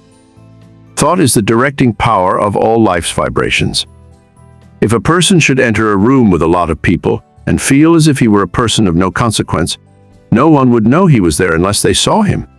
And even if they did, they would not remember seeing him, because they were not attracted towards him. But let him enter the room feeling that he was magnetic and concentrating on this thought. Others would feel his vibration. So remember, the way you feel, you can make others feel. This is the law. Make yourself a concentrated dynamo from which your thoughts vibrate to others. Then you are a power in the world. Cultivate the art of feeling, for as I said before, you can only make others feel what you feel. If you will study all of the great characters of history, you will find that they were enthusiastic. First, they were enthusiastic themselves, and then they could arouse others' enthusiasm. It is latent in everyone. It is a wonderful force when once aroused. All public men to be a success have to possess it. Cultivate it by concentration. Set aside some hour of the day wherein to hold rapt converse with the soul. Meditate with sincere desire and contrite heart, and you will be able to accomplish that which you have meditated on. This is the keynote of success. Think, speak, and act just as you wish to be, and you will be that which you wish to be. You are just what you think you are, and not what you may appear to be. You may fool others, but not yourself. You may control your life and actions just as you can control your hands. If you want to raise your hand, you must first think of raising it. If you want to control your life, you must first control your thinking. Easy to do, is it not? Yes, it is, if you will but concentrate on what you think about. For he only can that says he will. How can we secure concentration? To this question, the first and last answer must be by interest and strong motive. The stronger the motive, the greater the concentration. Eustace Miller, M.D. The successful lives are the concentrated lives. The utterly helpless multitude that sooner or later have to be cared for by charity are those that were never able to concentrate and who have become the victims of negative ideas. Train yourself so you will be able to centralize your thought and develop your brain power and increase your mental energy, Or you can be a slacker, a drifter, a quitter, or a sleeper. It all depends on how you concentrate or centralize your thoughts. Your thinking then becomes a fixed power, and you do not waste time thinking about something that would not be good for you. You pick out the thoughts that will be the means of bringing you what you desire, and they become a material reality. Whatever we create in the thought world will someday materialize. That is the law. Don't forget this. In the old days, men drifted without concentration. This is a day of efficiency, and therefore all of our efforts must be concentrated if we are to win any success worth the name. Why people often do not get what they concentrate on? Because they sit down in hopeless despair and expect it to come to them. But if they will just reach out for it with their biggest effort, they will find it is within their reach. No one limits us but ourselves. We are what we are today as the result of internal conditions. We can control the external conditions. They are subject to our will.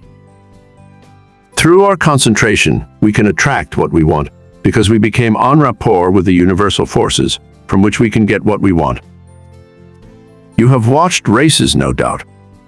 They all line up together. Each has his mind set on getting to the goal before the others. This is one kind of concentration. A man starts to think on a certain subject. He has all kinds of thoughts come to him, but by concentration he shuts out all these, but the one he has chosen. Concentration is just a case of willing to do a certain thing and doing it. If you want to accomplish anything, first put yourself in a concentrating, reposeful, receptive, acquiring frame of mind. In tackling unfamiliar work, make haste slowly and deliberately, and then you will secure that interior activity, which is never possible when you are in a hurry or under a strain. When you think hard or try to hurry results too quickly, you generally shut off the interior flow of thoughts and ideas. You have often, no doubt, tried hard to think of something, but could not, but just as soon as you stopped trying to think of it, it came to you. Lesson 9. Concentration can overcome bad habits. Habits make or break us to a far greater extent than we like to admit. Habit is both a powerful enemy and wonderful ally of concentration. You must learn to overcome habits which are injurious to concentration, and to cultivate those which increase it.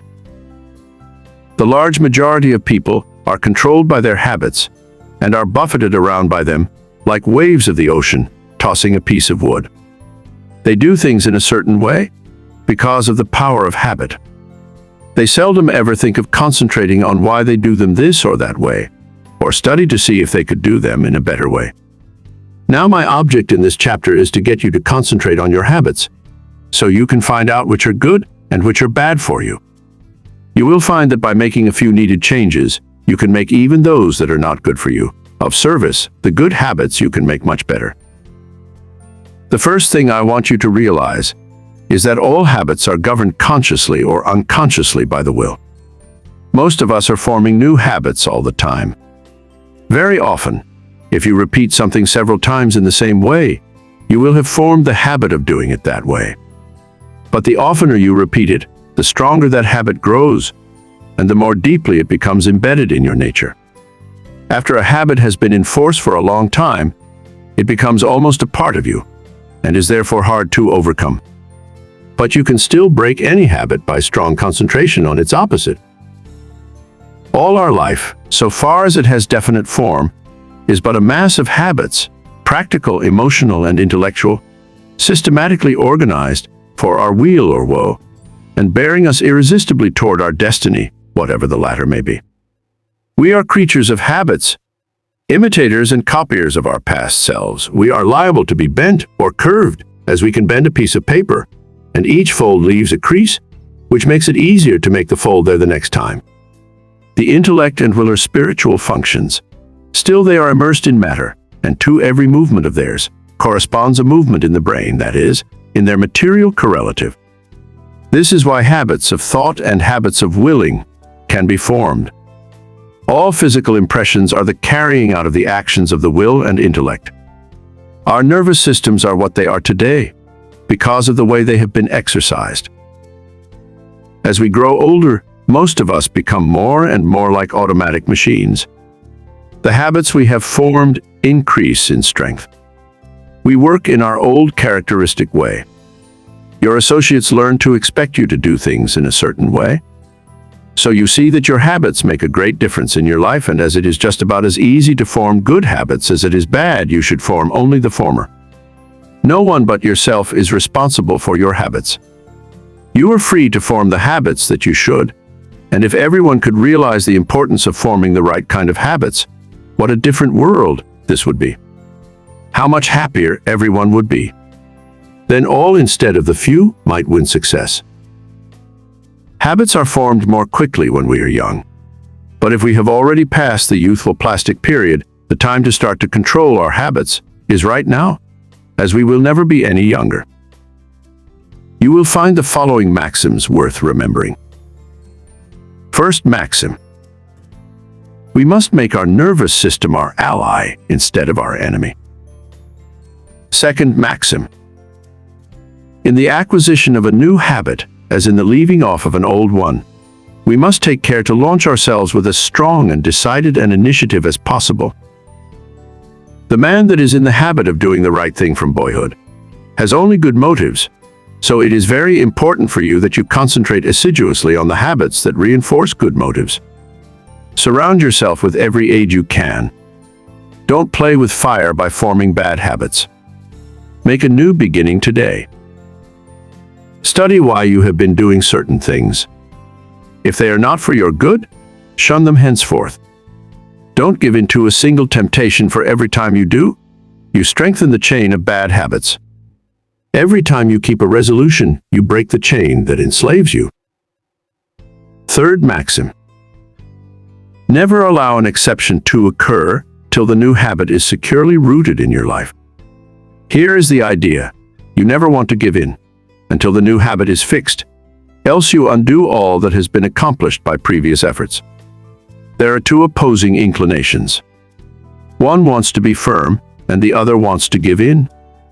By your will you can become firm through repetition. Fortify your will to be able to cope with any and all opposition. Fourth maxim: seize the very first possible opportunity to act on every resolution you make, and on every emotional prompting you may experience in the direction of the habits you aspire to gain. To make a resolve and not to keep it is of little value. So by all means keep every resolution you make, for you not only profit by the resolution, but it furnishes you with an exercise that causes the brain cells and physiological correlatives to form the habit of adjusting themselves to carry out resolutions. A tendency to act becomes effectively ingrained in us in proportion to the uninterrupted frequency with which the actions actually occur, and the brain grows to their use. When a resolve or a fine glow of feeling is allowed to evaporate without bearing fruit, it is worse than a chance lost. If you keep your resolutions, you form a most valuable habit. If you break them, you form a most dangerous one. So concentrate on keeping them, whether important or unimportant. And remember, it is just as important for this purpose to keep the unimportant, for by so doing, you are forming the habit. Fifth maxim: keep the faculty of effort alive in you by a little gratuitous exercise every day. Gratuitous exercise every day. The more we exercise the will, the better we can control our habits. Every few days do something for no other reason than its difficulty, so that when the hour of dire need draws nigh, it may find you not unnerved or untrained to stand the test. Asceticism of this sort is like the insurance which a man pays on his house and goods. The tax does him no good at the time, and possibly may never bring him a return. But if the fire does come, his having paid it will be his salvation from ruin. So with the man who has daily ensured himself two habits of concentrated attention, energetic volation, and self-denial in unnecessary things, he will stand like a tower when everything rocks around him, and his softer fellow mortals are winnowed like chaff in the blast. The young should be made to concentrate on their habits, and be made to realize that if they don't, they become walking bundles of injurious habits. Youth is the plastic state, and should be utilized in laying the foundation for a glorious future. The great value of habit for good and evil cannot be overestimated. Habit is the deepest law of human nature. No man is stronger than his habits, because his habits either build up his strength or decrease it. Why we are creatures of habits. Habits have often been called a labor-saving invention, because when they are formed, they require less of both mental and material strength. The more deeply the habit becomes ingrained, the more automatic it becomes. Therefore, habit is an economizing tendency of our nature, for if it were not for habit, we should have to be more watchful. We walk across a crowded street. The habit of stopping and looking prevents us from being hurt. The right kind of habits keeps us from making mistakes and mishaps. It is a well-known fact that a chauffeur is not able to master his machine safely until he has trained his body in a habitual way. When an emergency comes, he instantly knows what to do. Where safety depends on quickness, the operator must work automatically. Habits mean less risk, less fatigue, and greater accuracy. You do not want to become a slave to habits of a trivial nature. For instance, Wagner required a certain costume before he could compose corresponding parts of his operas. Schiller could never write with ease unless there were rotten apples in the drawer of his desk, from which he could now and then obtain an odor which seemed to him sweet. Gladstone had different desks for his different activities, so that when he worked on Homer, he never sat among habitual accompaniments of his legislative labors. In order to overcome undesirable habits, two things are necessary. You must have trained your will to do what you want it to do, and the stronger the will, the easier it will be to break a habit. Then you must make a resolution to do just the opposite of what the habit is. Therefore, one habit must replace another. If you have a strong will, you can tenaciously and persistently concentrate on removing the bad habit, and in a very short time, the good habit will gain the upper hand.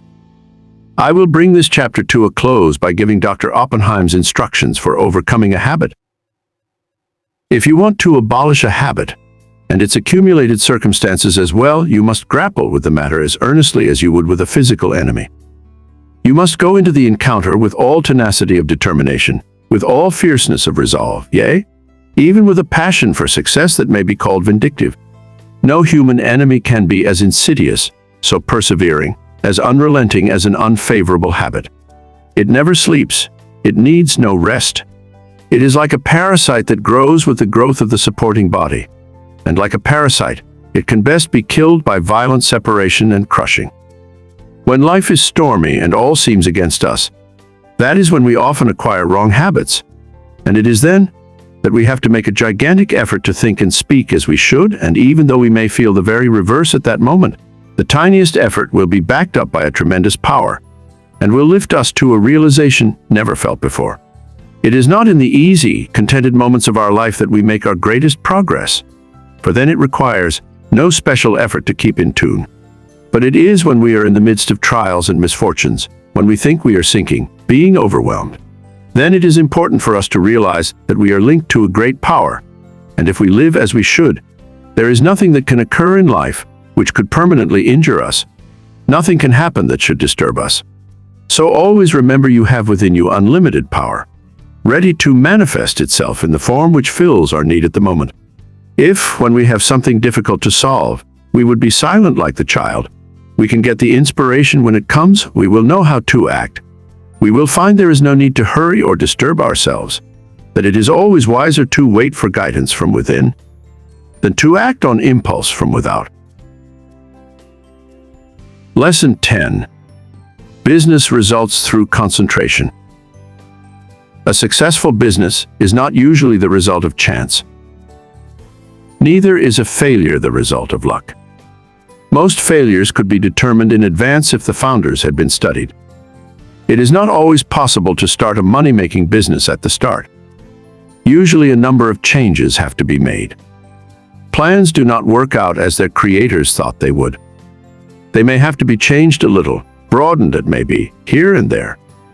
And as you broaden your business, you broaden your power to achieve. You gain an intense and sustained desire to make your business a success. When you start a business, you may have but a vague notion of the way you will conduct it. You must fill in the details as you go along.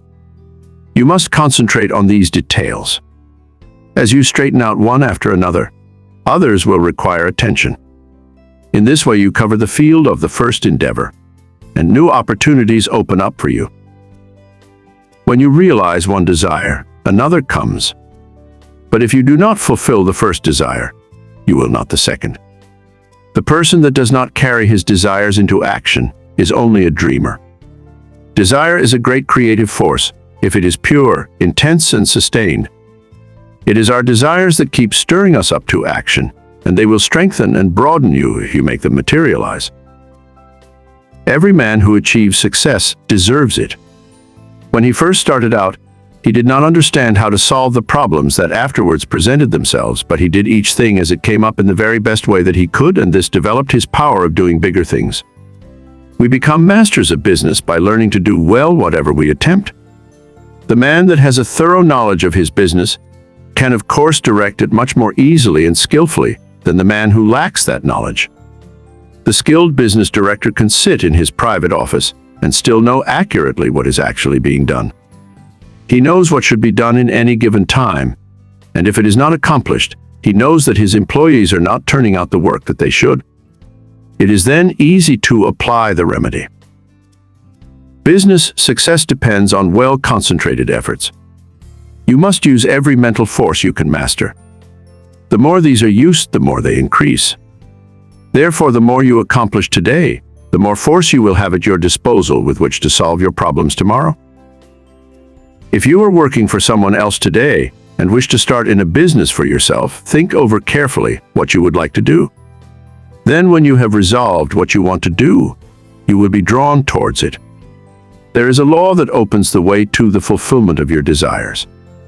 Of course, back of your desire, you must put forward the necessary effort to carry out your purpose. You must use your power to put your desires into force. Once they are created, and you keep up your determination to have them fulfilled, you both consciously and unconsciously work toward their materialization. Set your heart on your purpose. Concentrate your thought upon it. Direct your efforts with all your intelligence, and in due time you will realize your ambition. Feel yourself a success. Believe you are a success, and thus put yourself in the attitude that demands recognition, and the thought current draws to you what you need to make you a success. Don't be afraid of big undertakings. Go at them with grit and pursue methods that you think will accomplish your purpose. You may not at first meet with entire success, but aim so high that if you fall a little short, you will still have accomplished much. What others have done, you can do. You may even do what others have been unable to do. Always keep a strong desire to succeed in your mind. Be in love with your aim and work, and make them, as far as possible, square with the rule of the greatest good to the greatest number, and your life cannot be a failure. The successful business attitude must be cultivated to make the most out of your life, the attitude of expecting great things from both yourself and others. It alone will often cause men to make good, to measure up to the best that is in them. It is not the spasmodic spurts that count on a long journey, but the steady efforts. Spurts fatigue and make it hard for you to continue. Rely on your own opinion. It should be as good as anyone's else. When once you reach a conclusion, abide by it. Let there be no doubt or wavering in your judgment. If you are uncertain about every decision you make, you will be subject to harassing doubts and fears, which will render your judgment of little value.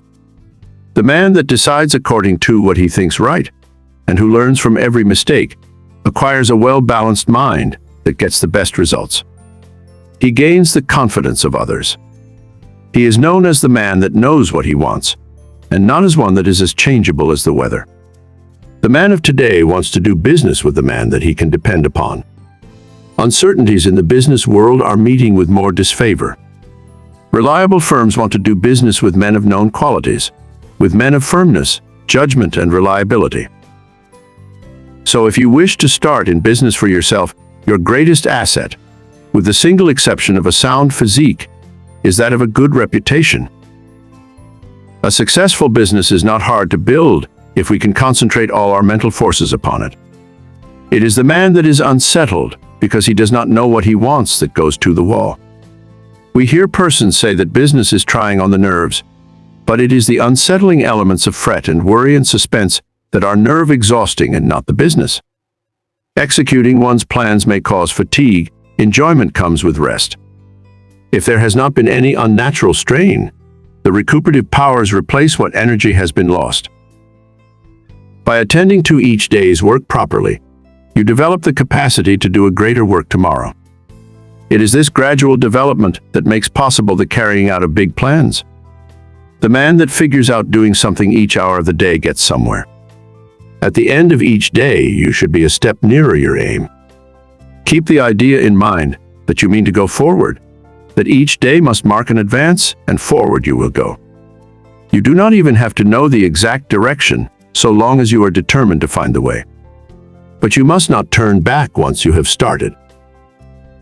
Even brilliant men's conceptions of the possibilities of their mental forces are so limited and below their real worth that they are far more likely to belittle their possibilities than they are to exaggerate them.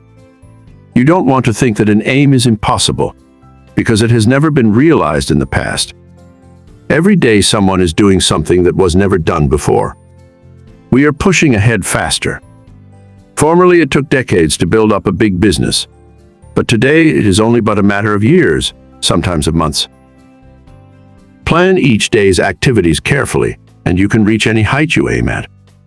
If each thing you do is done with concise and concentrated thought, you will be able to turn out an excellent quality and a large quantity of work. Plan to do so much work during the day, and you will be astonished to see how much more you will do than on other days when you had not decided on any certain amount. I have demonstrated that the average business working force could do the same amount of work in 6 hours that they now do in 8, without using up any more energy. Never start to accomplish anything in an indecisive, indefinite, uncertain way. Tackle everything with a positiveness and an earnestness that will concentrate your mind and attract the very best associated thoughts. You will in a short time find that you will have extra time for planning bigger things. The natural leader always draws to himself, by the law of mental attraction, ideas in his chosen subject that have ever been conceived by others. This is of the greatest importance and help. If you are properly trained, you benefit much by others' thoughts, and providing you generate from within yourself something of value, they will benefit from yours. We are heirs of all the ages, but we must know how to use our inheritance. The confident, pushing, hopeful, determined man influences all with whom he associates, and inspires the same qualities in them.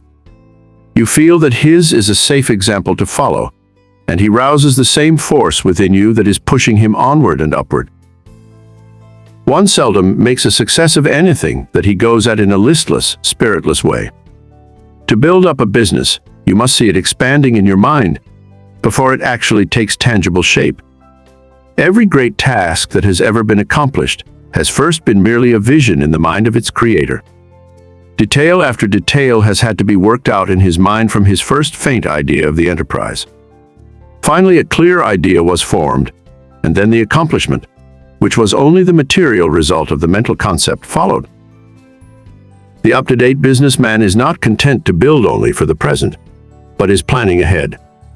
If he does not, he will fall behind his competitor, who is.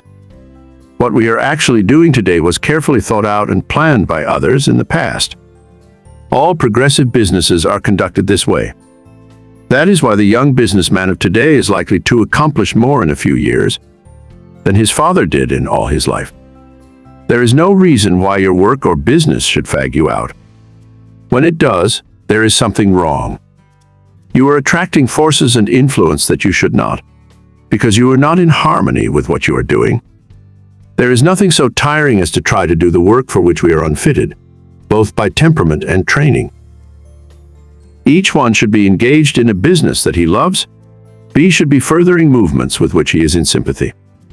He will then only do his best work and take intense pleasure in his business. In this way, while constantly growing and developing his powers, he is at the same time rendering through his work genuine and devoted service to humanity. Business success is not the result of chance, but of scientific ideas and plans carried out by an aggressive and progressive management. Use your mental forces so that they will grow and develop. Remember that everything you do is the result of mental action, Therefore, you can completely control your every action. Nothing is impossible for you.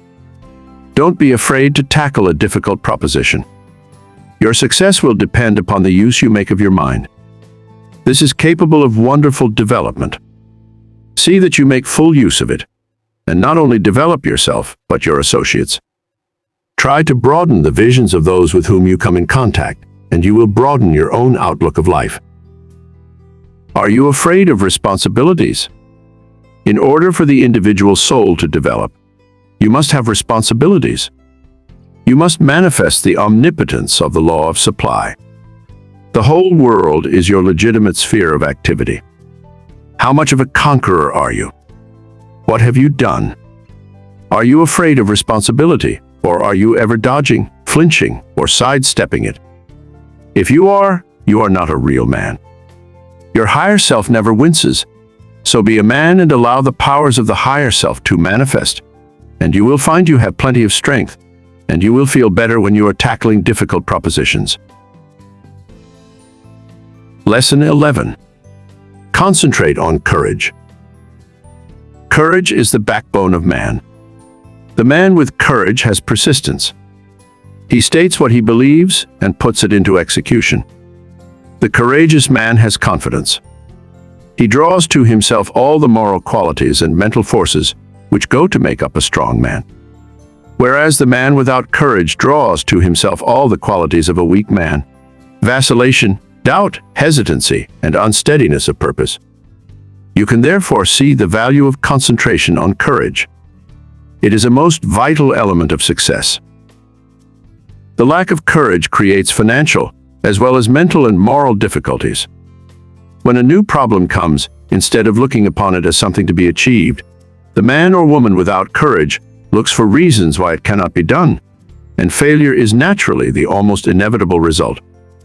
This is a subject well worthy of your study. Look upon everything within your power as a possibility, instead of as merely a probability, and you will accomplish a great deal more, because by considering a thing as impossible, you immediately draw to yourself all the elements that contribute to failure. Lack of courage destroys your confidence in yourself. It destroys that forceful, resolute attitude so important to success. The man without courage unconsciously draws to himself all that is contemptible, weakening, demoralizing, and destructive. He then blames his luck when he does not secure the things he weakly desires. We must first have the courage to strongly desire something. A desire to be fulfilled must be backed by the strength of all our mental forces. Such a desire has enough commanding force to change all unfavorable conditions. The man with courage commands, whether he is on the battlefield or in business life. What is courage? It is the will to do. It takes no more energy to be courageous than to be cowardly. It is a matter of the right training in the right way. Courage concentrates the mental forces on the task at hand. It then directs them thoughtfully, steadily, deliberately, while attracting all the forces of success toward the desired end. Cowardice, on the other hand, dissipates both our mental and moral forces, thereby inviting failure. As we are creatures of habits, we should avoid persons that lack courage. They are easy to discover because of their habits of fear in attacking new problems. The man with courage is never afraid. Start out today with the idea that there is no reason why you should not be courageous. If any fear thoughts come to you, cast them off as you would the deadly viper. Form the habit of never thinking of anything unfavorable to yourself or anyone else. In dealing with difficulties, new or old, hold ever the thought, "I am courageous." Whenever a doubt crosses the threshold of your mind, banish it. Remember, you as master of your mind control its every thought. And here is a good one to often affirm, "I have courage because I desire it, because I need it, because I use it, and because I refuse to become such a weakling as cowardice produces." There is no justification for the loss of courage. The evils by which you will almost certainly be overwhelmed without it are far greater than those which courage will help you to meet and overcome. Right then must be the moralist who says that the only thing to fear is fear. Never let another's opinion affect you. He cannot tell what you are able to do. He does not know what you can do with your forces. The truth is, you do not know yourself until you put yourself to the test. Therefore, how can someone else know? Never let anyone else put a valuation on you. Almost all wonderful achievements have been accomplished after it had been thoroughly demonstrated that they were impossibilities. Once we understand the law, all things are possible. If they were impossibilities, we could not conceive them. Just the moment you allow someone to influence you against what you think is right, you lose that confidence in yourself that inspires courage and carries with it all the forces which courage creates. Just the moment you begin to swerve in your plan, you begin to carry out another's thought and not your own. You become the directed and not the director. You forsake the courage and resolution of your own mind, and you therefore lack the very forces that you need to sustain and carry out your work. Instead of being self-reliant, you become timid, and this invites failure. When you permit yourself to be influenced from your plan by another, you are unable to judge as you should, because you have allowed another's influence to deprive you of your courage and determination, without absorbing any of his in return. So you are in much the same predicament as you would be in if you turned over all your worldly possessions to another, without getting value received. Concentrate on just the opposite of fear, want, poverty, sickness, etc. Never doubt your own ability. You have plenty if you will just use it. A great many men are failures because they doubt their own capacity. Instead of building up strong mental forces, which would be of the greatest use to them, their fear thoughts tear them down. Fear paralyzes energy. It keeps us from attracting the forces that go to make up success. Fear is the worst enemy we have. There are few people that really know that they can accomplish much. They desire the full extent of their powers, but alas, it is only occasionally that you find a man that is aware of the great possibilities within him. When you believe with all your mind and heart and soul that you can do something, you thereby develop the courage to steadily and confidently live up to that belief. You have now gone a long way towards accomplishing it. The chances are that there will be obstacles, big and little, in your way, but resolute courage will overcome them, and nothing else will. Strong courage eliminates the injurious and opposing forces by summoning their masters, the yet stronger forces that will serve you. Courage is yours for the asking. All you have to do is to believe in it, claim it, and use it. To succeed in business, believe that it will be successful, assert that it is successful, and work like a beaver to make it so. Difficulties soon melt away before the courageous. One man of courage can fire with his spirit a whole army of men, whether it be military or industrial, because courage, like cowardice, is contagious. The man of courage overcomes the trials and temptations of life. He commands success. He renders sound judgment. He develops personal influence and a forceful character, and often becomes the mentor of the community which he serves. How to overcome depression and melancholia. Both of the former are harmful and make you unhappy. These are states that can be quickly overcome through concentrating more closely on the higher self, for when you do, you cut off the connection with the harmful force currents. You can also drive away moods by simply choosing and fully concentrating on an agreeable subject. Through willpower and thought control, we can accomplish anything we want to do.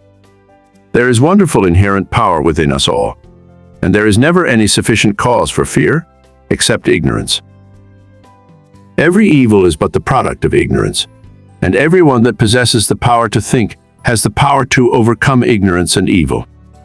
The pain that we suffer from doing evil are but the lessons of experience, and the object of the pain is to make us realize our ignorance.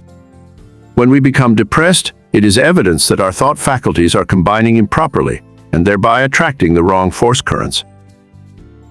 All that it is necessary to do is to exercise the will and concentrate upon happy subjects. I will only think of subjects worthy of my higher self and its powers.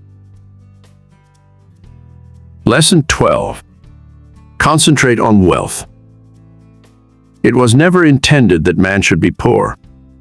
When wealth is obtained under the proper conditions, it broadens the life. Everything has its value. Everything has a good use and a bad use. The forces of mind, like wealth, can be directed either for good or evil. A little rest will recreate forces. Too much rest degenerates into laziness and brainless, dreamy longings. If you acquire wealth unjustly from others, you're misusing your forces. But if your wealth comes through the right sources, you will be blessed. Through wealth, we can do things to uplift ourselves and humanity. Wealth is many persons' goal. It therefore stimulates their endeavor. They long for it in order to dress and live in such a way as to attract friends. Without friends, they would not be so particular of their surroundings. The fact is, the more attractive we make ourselves and our surroundings, the more inspiring are their influences. It is not conducive to proper thought to be surrounded by conditions that are uncongenial and unpleasant. So the first step toward acquiring wealth is to surround yourself with helpful influences, to claim for yourself an environment of culture, place yourself in it, and be molded by its influences. Most great men of all ages have been comparatively rich. They have made or inherited money. Without money, they could not have accomplished what they did. The man engaged in physical drudgery is not likely to have the same high ideals as the man that can command comparative leisure. Wealth is usually the fruit of achievement. It is not, however, altogether the result of being industrious. Thousands of persons work hard who never grow wealthy. Others, with much less effort, acquire wealth. Seeing possibilities is another step toward acquiring wealth. A man may be as industrious as he can possibly be, but if he does not use his mental forces, he will be a laborer, to be directed by the man that uses to good advantage his mental forces. No one can become wealthy in an ordinary lifetime, by mere savings from earnings. Many scrimp and economize all their lives, but by so doing waste all their vitality and energy. For example, I know a man that used to walk to work.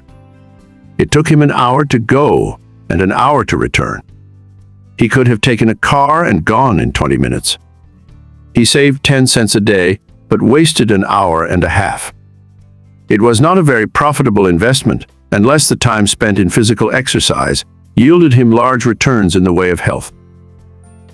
The same amount of time spent in concentrated effort to overcome his unfavorable business environment might have firmly planted his feet in the path of prosperity.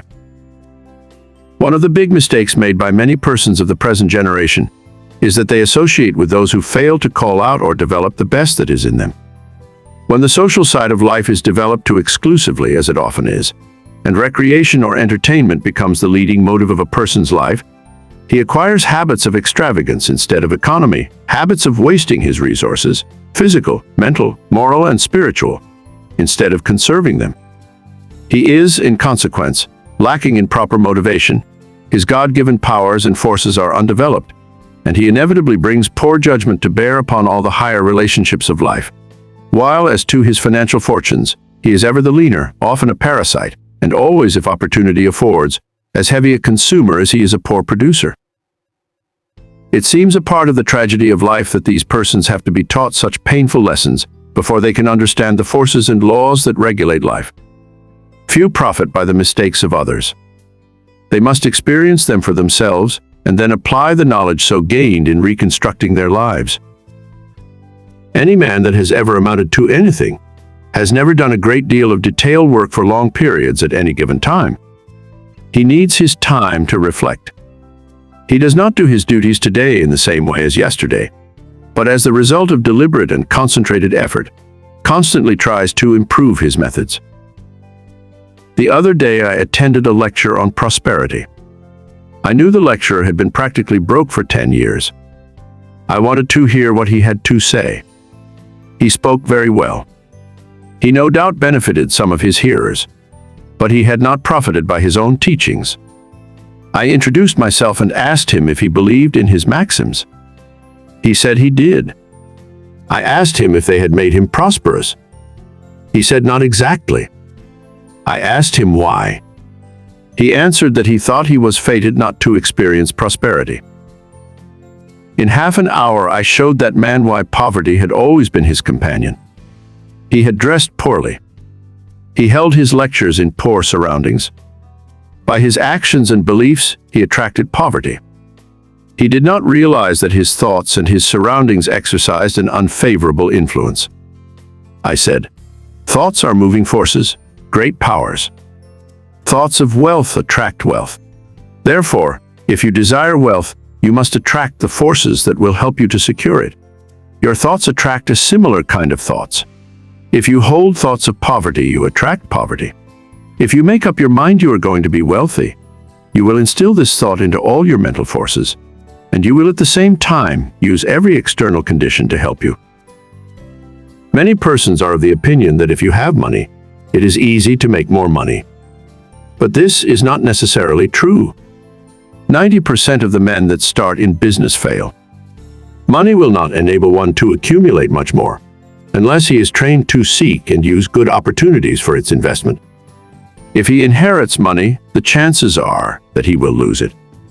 While if he has made it, he not only knows its value, but has developed the power to use it as well as to make more if he loses it. Business success today depends on foresight, good judgment, grit, firm resolution, and settled purpose.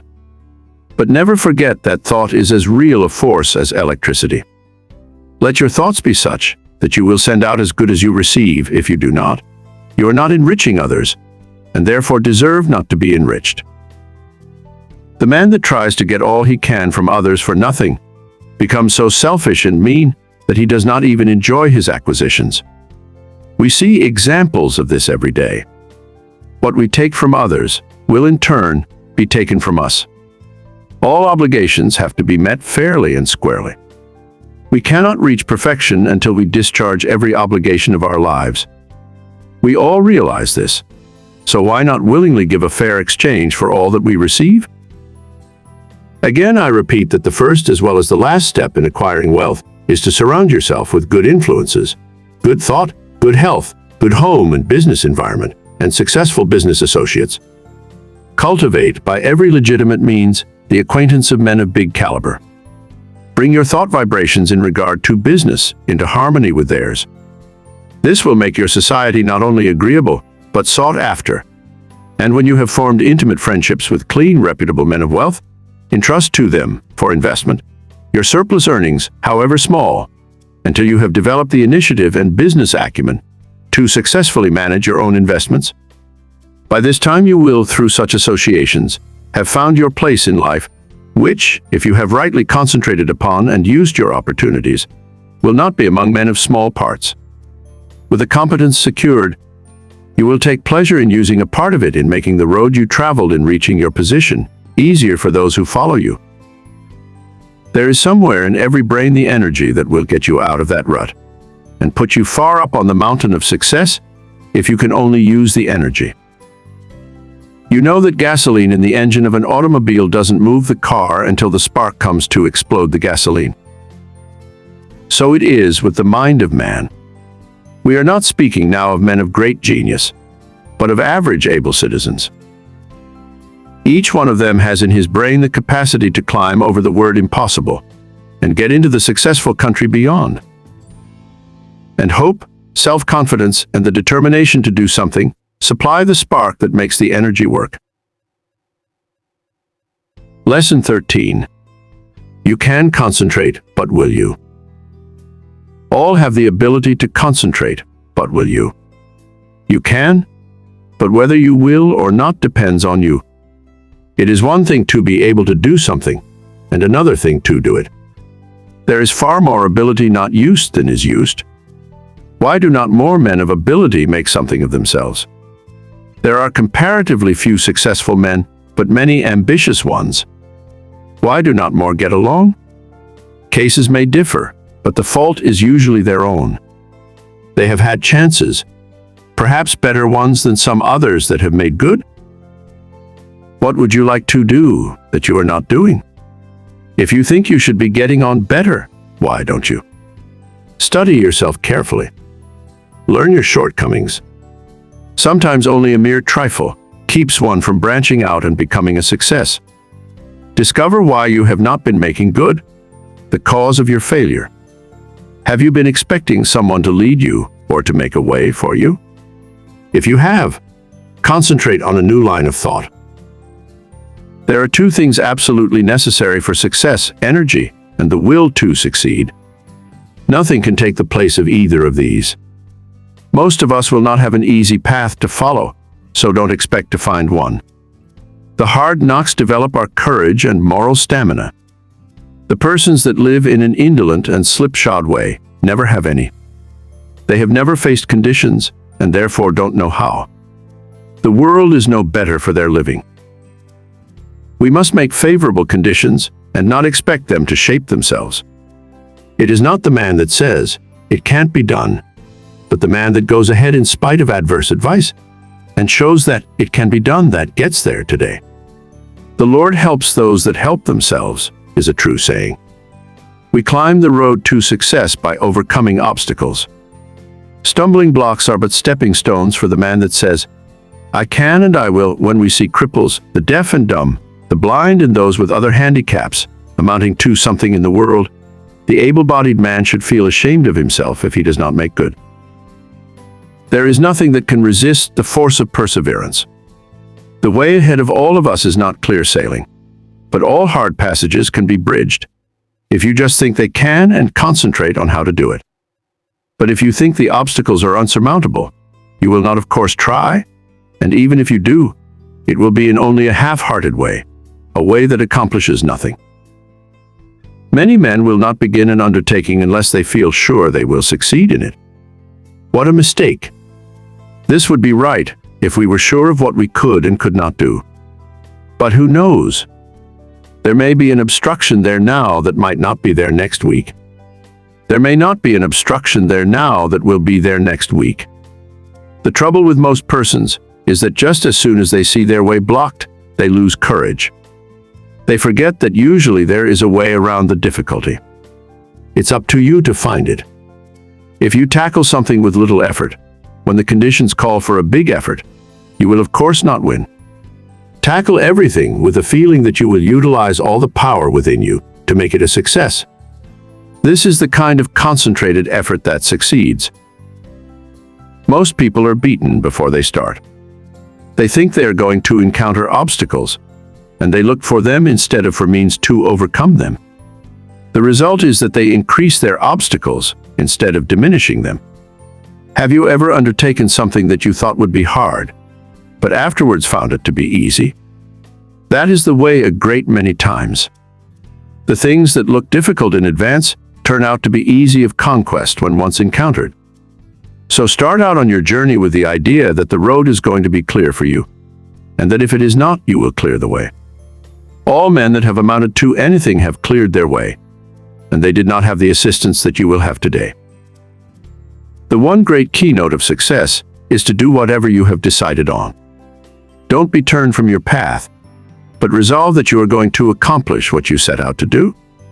Don't be frightened at a few rebuffs, for they cannot stop the man that is determined, the man that knows in his heart that success is only bought by tremendous resolution, by concentrated and wholehearted effort.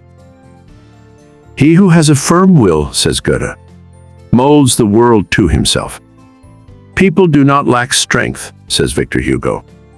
They lack will. It is not so much skill that wins victories, as it is activity and great determination. There is no such thing as failure for the man that does his best. No matter what you may be working at the present time, don't let this make you lose courage. The tides are continually changing, and tomorrow or some other day, they will turn to your advantage if you are a willing and are an ambitious worker. There is nothing that develops you and increases your courage like work. If it were not for work, how monotonous life would at last become? So I say to the man that wants to advance, don't look upon your present position as your permanent one. Keep your eyes open and add those qualities to your makeup that will assist you when your opportunity comes. Be ever alert and on the watch for opportunities. Remember, we attract what we set our minds on. If we look for opportunities, we find them. If you are the man you should be, someone is looking for you to fill a responsible position. So when he finds you, don't let your attention wander. Give it all to him. Show that you can concentrate your powers, that you have the makeup of a real man. Show no signs of fear, uncertainty, or doubt. The man that is sure of himself is bound to get to the front. No circumstances can prevent him. Lesson 14. The art of concentrating by means of practical exercises. Select some thought and see how long you can hold your mind on it. It is well to have a clock at first and keep track of the time. If you decide to think about health, you can get a great deal of good from your thinking besides developing concentration. Think of health as being the greatest blessing there is in the world. Don't let any other thought drift in. Just the moment one starts to obtrude, make it get out. Make it a daily habit of concentrating on this thought for, say, 10 minutes. Practice until you can hold it to the exclusion of everything else. You will find it of the greatest value to centralize your thoughts on health. Regardless of your present condition, see yourself as you would like to be and be blind to everything else. You will find it hard at first to forget your ailments if you have any, but after a short while you can shut out these negative thoughts and see yourself as you want to be. Each time you concentrate, you form a more perfect image of health. And as you come into its realization, you become healthy, strong, and wholesome. I want to impress upon your mind that the habit of forming mental images is of the greatest value. It has always been used by successful men of all ages, but few realize its full importance. Do you know that you are continually acting according to the images you form? If you allow yourself to mold negative images, you unconsciously build a negative disposition. You will think of poverty, weakness, disease, fear, etc. Just as surely as you think of these will your objective life express itself in a like way. Just what we think, we will manifest in the external world. In deep concentration, you become linked with the great creative spirit of the universe, and the creative energy then flows through you, vitalizing your creations into form. In deep concentration, your mind becomes attuned with the infinite and registers the cosmic intelligence and receives its messages. You become so full of the cosmic energy that you are literally flooded with divine power. This is a most desired state. It is then we realize the advantages of being connected with the superconsciousness. The superconsciousness registers the higher cosmic vibrations. It is often referred to as the wireless station, the message recorded coming from the universal mind. There are very few that reach this stage of concentration. Very few even know that it is possible. They think concentration means limitation to one subject. But this deeper concentration that brings us into harmony with the infinite is that which produces and maintains health. When you have once come in contact with your superconsciousness, you become the controller of your human thoughts. That which comes to you is higher than human thoughts. It is often spoken of as cosmic consciousness. Once it is experienced, it is never forgotten. Naturally, it requires a good deal of training to reach this state, but once you do, it becomes easier each time to do. And in the course of time, you can become possessed of power which was unknown to you before. You are able to direct the expression of almost infinite power while in this deeper state of concentration. Exercises in concentration. The rays of the sun, when focused upon an object by means of a sunglass, produce a heat many times greater than the scattered rays of the same source of light and heat. This is true of attention. Scatter it, and you get but ordinary results. But center it upon one thing, and you secure much better results.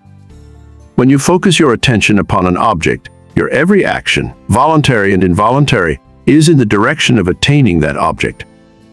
If you will focus your energies upon a thing to the exclusion of everything else, you generate the force that can bring you what you want. When you focus your thought, you increase its strength. The exercises that follow are tedious and monotonous, but useful. If you will persist in them, you will find they are very valuable, as they increase your powers of concentration. Before proceeding with the exercises, I will answer a question that just comes to me.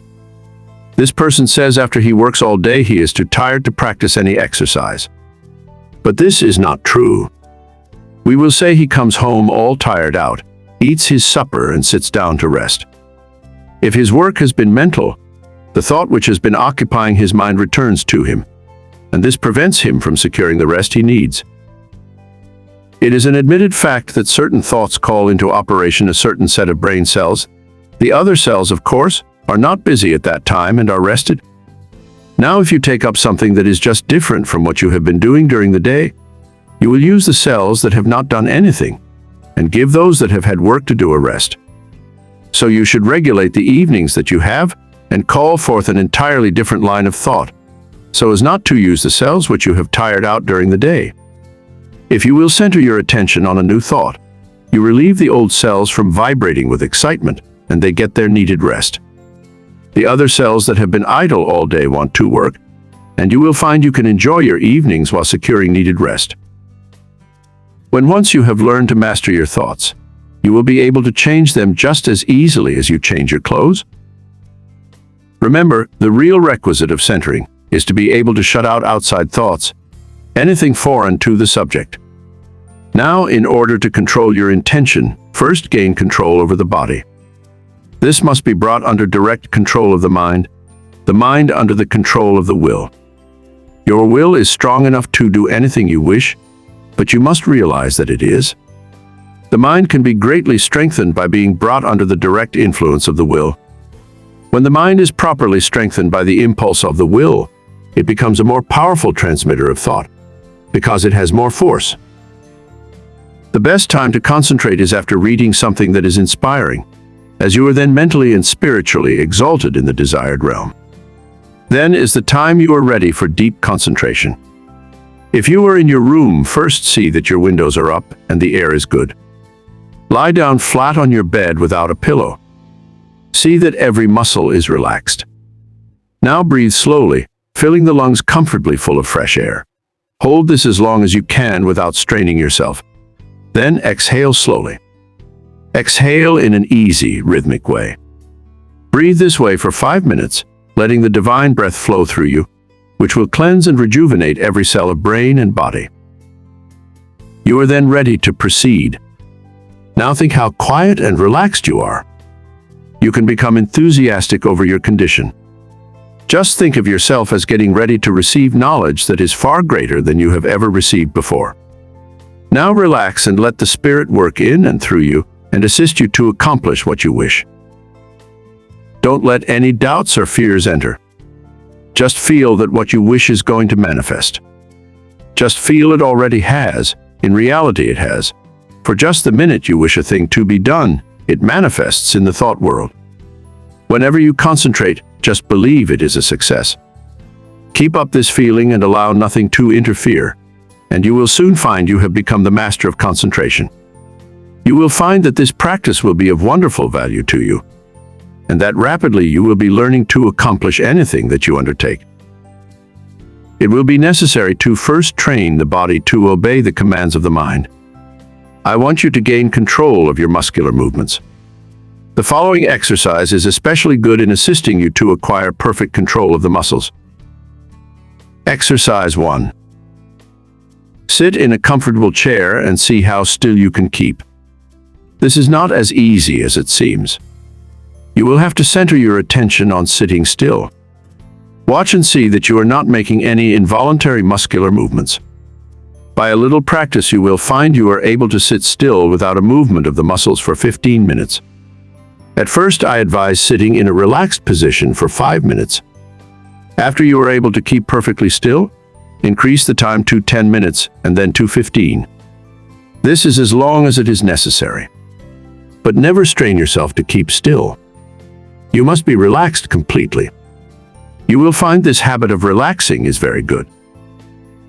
Exercise 2. Sit in a chair with your head up and your chin out, shoulders back. Raise your right arm until it is on the level with your shoulder, pointing to your right. Look around with head only and fix your gaze on your fingers and keep the arm perfectly still for 1 minute. Do the same exercise with left arm. When you are able to keep the arm perfectly steady, increase the time until you are able to do this 5 minutes with each arm. Turn the palm of the hand downward when it is outstretched, as this is the easiest position. If you will keep your eyes fixed on the tips of the fingers, you will be able to tell if you are keeping your arm perfectly still. Exercise 3. Fill a small glass full of water and grasp it by the fingers. Put the arm directly in front of you. Now fix the eyes upon the glass and try to keep the arm so steady that no movement will be noticeable. Do this first for 1 moment and then increase it to 5. Do the exercise with first one arm and then the other. Exercise 4. Watch yourself during the day and see that your muscles do not become tense or strained. See how easy and relaxed you can keep yourself. See how poised you can be at all times. Cultivate a self-poised manner instead of a nervous, strained appearance. This mental feeling will improve your carriage and demeanor. Stop all useless gestures and movements of the body. These mean that you have not proper control over your body. After you have acquired this control, notice how ill at ease people are that have not gained this control. I have just been sizing up a salesman that has just left me. Part of his body kept moving all the time. I just felt like saying to him, "Do you know how much better appearance you would make if you would just learn to speak with your voice instead of trying to express what you say with your whole body?" Just watch those that interview you and see how they lack poise. Get rid of any habit you have of twitching or jerking any part of your body. You will find you make many involuntary movements. You can quickly stop any of these by merely centering your attention on the thought, "I will not." If you are in the habit of letting noises upset you, just exercise control. When the door slams or something falls, etc., just think of these as exercises in self-control. You will find many exercises like this in your daily routine. The purpose of the above exercises is to gain control over the involuntary muscular movement, making your actions entirely voluntary.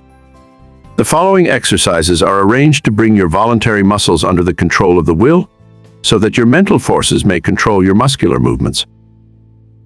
Exercise 5. Move your chair up to a table, placing your hands upon it, clenching the fists, keeping the back of the hand on the table, the thumb doubled over the fingers. Now fix your gaze upon the fist for a while.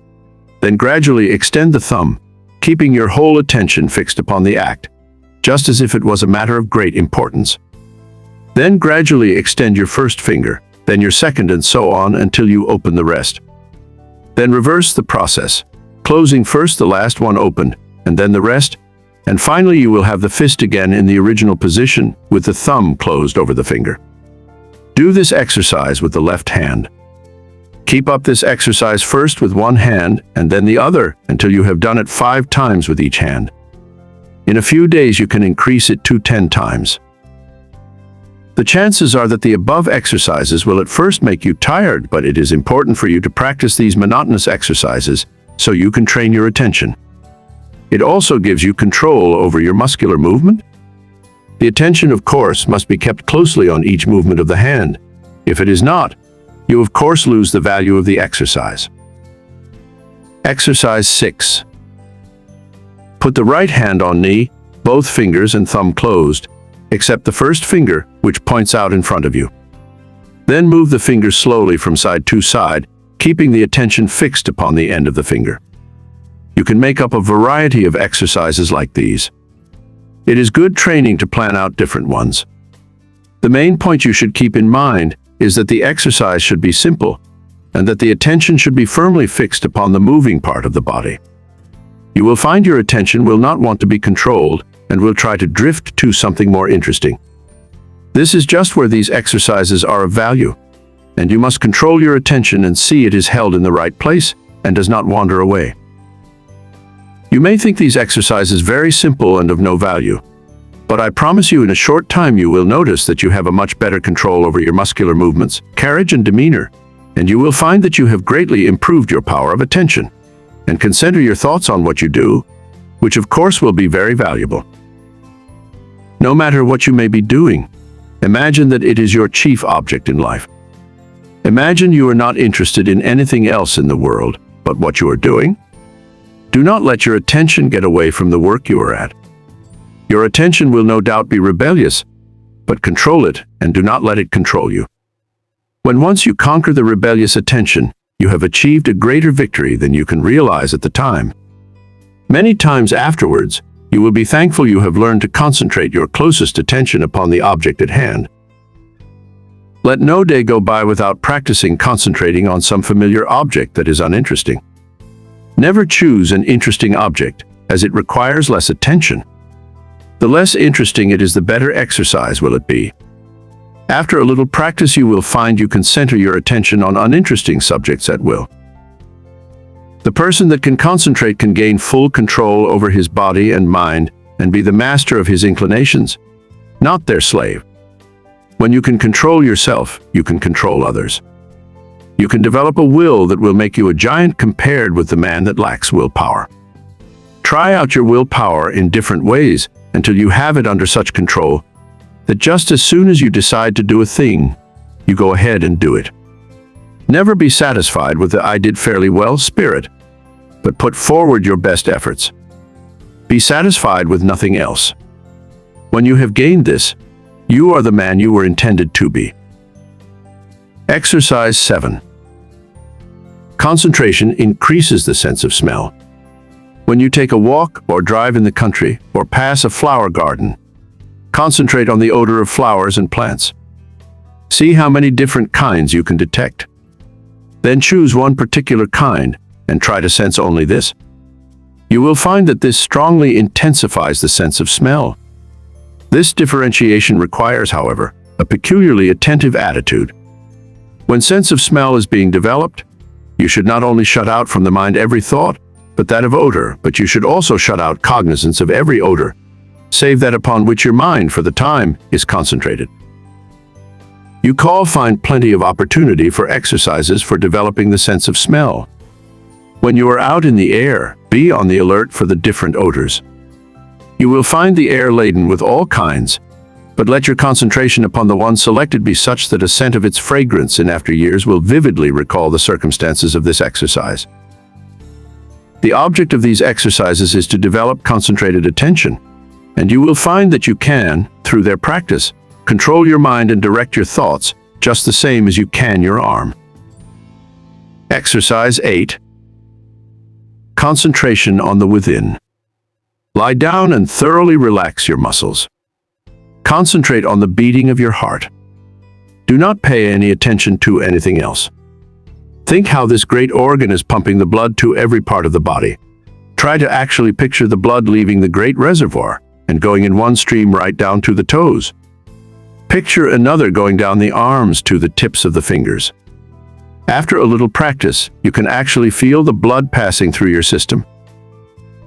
If at any time you feel weak in any part of the body, will that an extra supply of blood shall go there. For instance, if your eyes feel tired, picture the blood coming from the heart, passing up through the head and out to the eyes. You can wonderfully increase your strength by this exercise.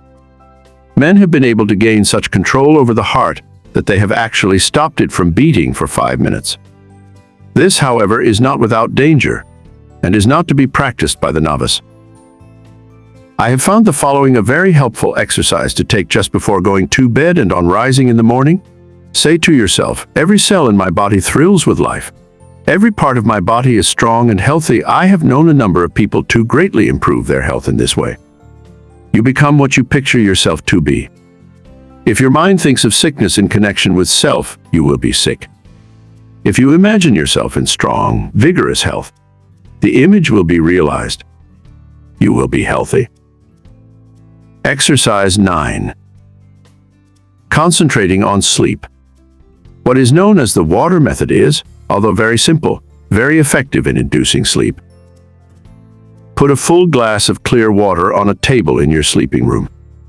Sit in a chair beside the table and gaze into the glass of water and think how calm it is. Then picture yourself getting into just as calm a state. In a short time you will find the nerves becoming quiet and you will be able to go to sleep. Sometimes it is good to picture yourself becoming drowsy to induce sleep. And again, the most persistent insomnia has been overcome by one thinking of himself as some inanimate object, for instance, a hollow log in the depths of the cool, quiet forest. Those who are troubled with insomnia will find these sleep exercises that quiet the nerves very effective. Just keep the idea in your mind that there is no difficulty in going to sleep. Banish all fear of insomnia. Practice these exercises and you will sleep. By this time, you should have awakened to the possibilities of concentration and have become aware of the important part it plays in your life. Exercise 10. Concentration will save energy and appearance. Watch yourself and see if you are not in the habit of moving your hands, thumping something with your fingers, or twirling your mustache. Some have the habit of keeping their feet going, as for instance, tapping them on the floor. Practice standing before a mirror and see if you are in the habit of frowning or causing wrinkles to appear in the forehead. Watch others and see how they needlessly twist their faces in talking. Any movement of the face that causes the skin to wrinkle will eventually cause a permanent wrinkle. As the face is like a piece of silk, you can make a fold in it a number of times and it will straighten out of itself. But if you continue to make a fold in it, it will in time be impossible to remove it. By concentration, you can stop the worry habit. If you are in the habit of worrying over the merest trifles, just concentrate on this a few minutes and see how needless it is. If you are also in the habit of becoming irritable or nervous at the least little thing, check yourself instantly when you feel yourself becoming so. Start to breathe deeply. Say, "I will not be so weak. I am master of myself," and you will quickly overcome your condition. Exercise 11. By concentration, you can control your temper. If you are one of those that flare up at the slightest provocation and never try to control yourself, just think this over a minute. Does it do you any good? Do you gain anything by it? Doesn't it put you out of poise for some time? Don't you know that this grows on you and will eventually make you despised by all that have any dealings with you? Everyone makes mistakes, and instead of becoming angry at their perpetrators, just say to them, "Be more careful next time." This thought will be impressed on them, and they will be more careful. But if you continually complain about their making a mistake, the thought of a mistake is impressed on them, and they will be more likely to make mistakes in the future. All lack of self-control can be conquered if you will, but learn to concentrate. Many of you that read this may think you are not guilty of either of these faults, but if you will carefully watch yourself, you will probably find that you are. And if so, you will be greatly helped by repeating this affirmation each morning. I am going to try today not to make a useless gesture, or to worry over trifles, or become nervous or irritable. I intend to be calm, and no difference what may be the circumstances, I will control myself. Henceforth I resolve to be free from all signs that show lack of self-control. At night, quickly review your actions during the day and see how fully you realized your aim. At first you will, of course, have to plead guilty of violation a few times. But keep on, and you will soon find that you can live up to your ideal. After you have once gained self-control, however, don't relinquish it. For some time it will still be necessary to repeat the affirmation in the morning, and square your conduct with it in the evening. Keep up the good work until at last, the habit of self-control is so firmly fixed that you could not break it even though you tried. I have had many persons tell me that this affirmation and daily review made a wonderful difference in their lives. You too will notice the difference if you live up to these instructions. Exercise 12. Practice talking before a glass. Make 2 marks on your mirror on a level with your eyes, and think of them as 2 human eyes looking into yours. Your eyes will probably blink a little at first. Do not move your head, but stand erect. Concentrate all your thoughts on keeping your head perfectly still. Do not let another thought come into your mind. Then, still keeping the head, eyes, and body still, think that you look like a reliable man or woman should, like a person that anyone would have confidence in. Do not let your appearance be such as to justify the remark, "I don't like his appearance. I don't believe he can be trusted." While standing before the mirror, practice deep breathing. See that there is plenty of fresh air in the room and that you are literally feasting on it. You will find that, as it permeates every cell, your timidity will disappear. It has been replaced by a sense of peace and power. The one that stands up like a man and has control over the muscles of his face and eyes always commands attention. In his conversation, he can better impress those with whom he comes in contact. He acquires a feeling of calmness and strength that causes opposition to melt away before it. 3 minutes a day is long enough for the practice of this exercise. Look at the clock before you commence the exercise, and if you find you can prolong the exercise for more than 5 minutes, do so. The next day, sit in a chair and, without looking at the picture, concentrate on it and see if you cannot think of additional details concerning it. The chances are you will be able to think of many more. It might be well for you to write down all you thought of the first day, and then add to the list each new discovery.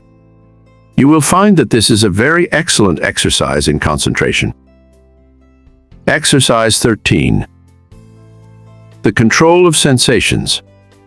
Think how you would feel if you were cool, then how you would feel if you were cold, again, how you would feel if it were freezing. In this state, you would be shivering all over. Now think of just the opposite conditions. Construct such a vivid image of heat that you are able to experience the sensation of heat even in the coldest atmosphere. It is possible to train your imagination until you do this, and it can then be turned to practical account in making undesirable conditions bearable. You can think of many very good exercises like this. For instance, if you feel yourself getting hungry or thirsty, and for any reason you do not wish to eat, do not think of how hungry or thirsty you are, but just visualize yourself as finishing a hearty meal. Again, when you experience pain, do not increase it by thinking about it, but do something to divert your attention, and the pain will seem to decrease. If you will start practicing along this line systematically, you will soon gain a wonderful control over the things that affect your physical comfort.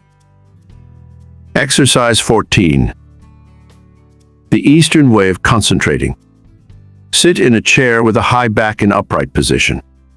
Press one finger against the right nostril.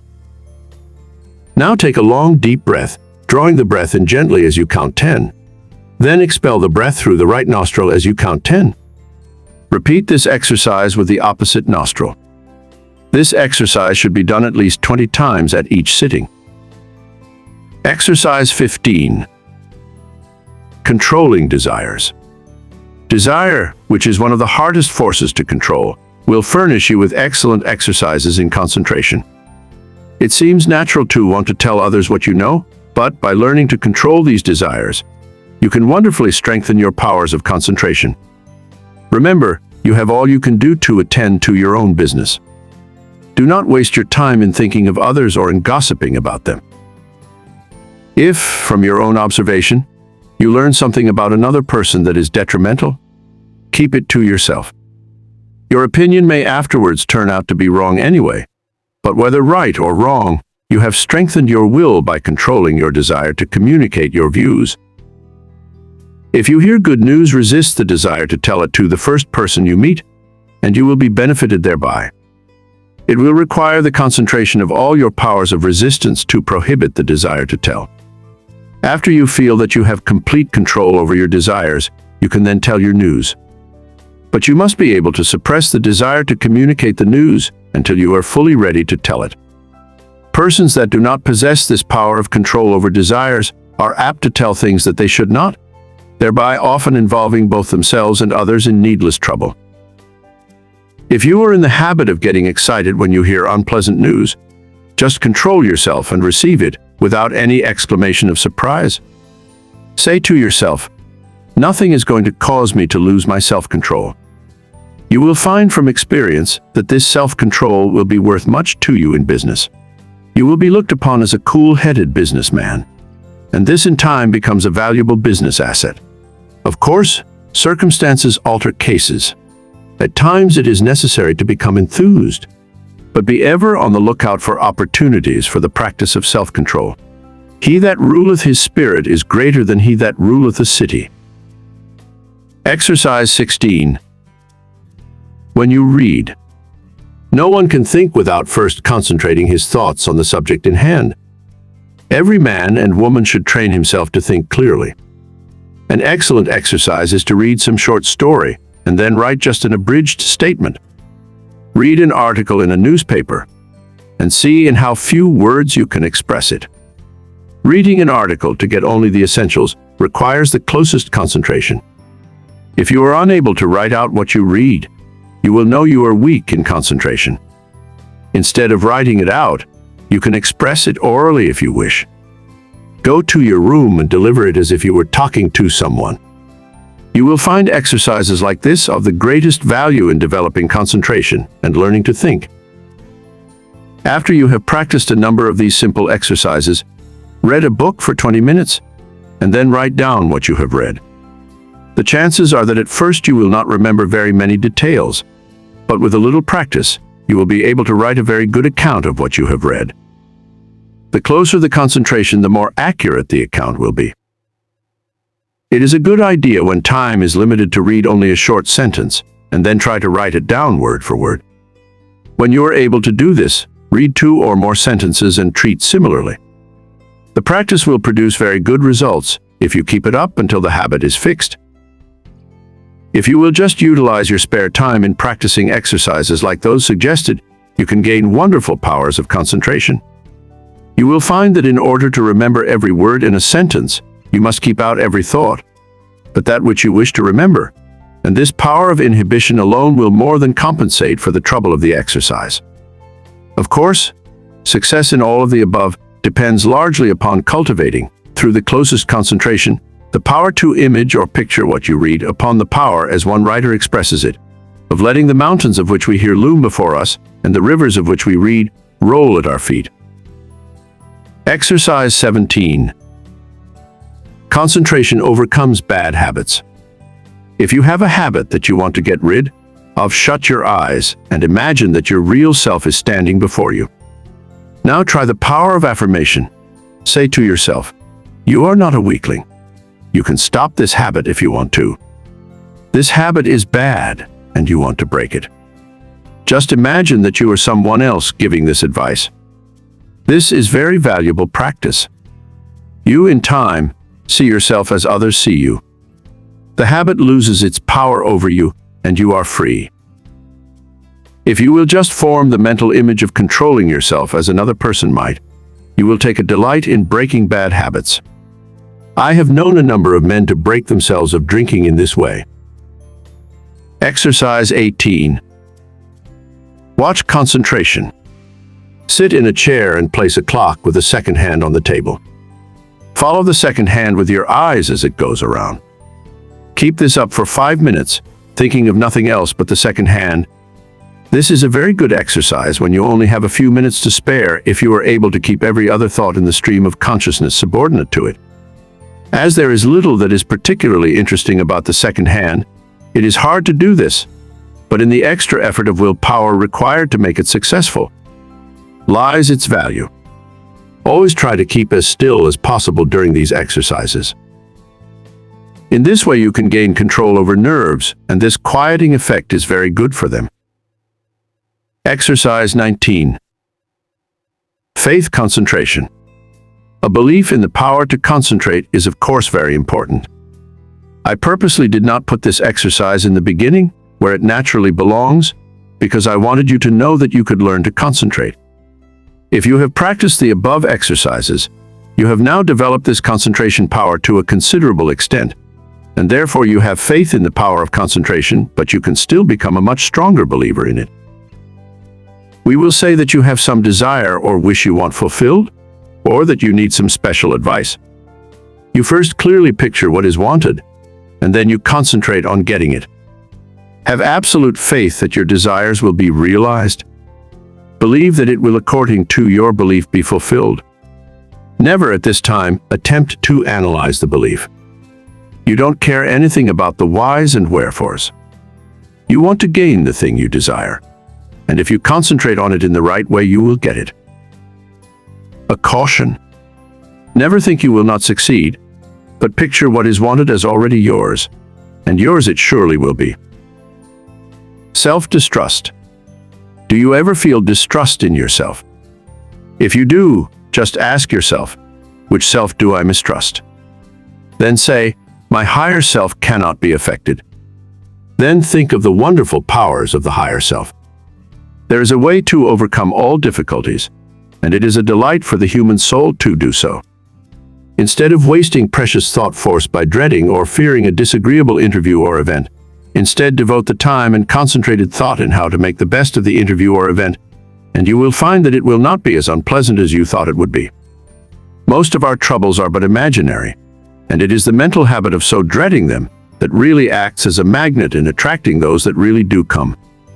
Your evil circumstances are created or attracted by your own negative fears and wrong thoughts, and are a means of teaching you to triumph over all evils by discovering that which is inherent within yourself.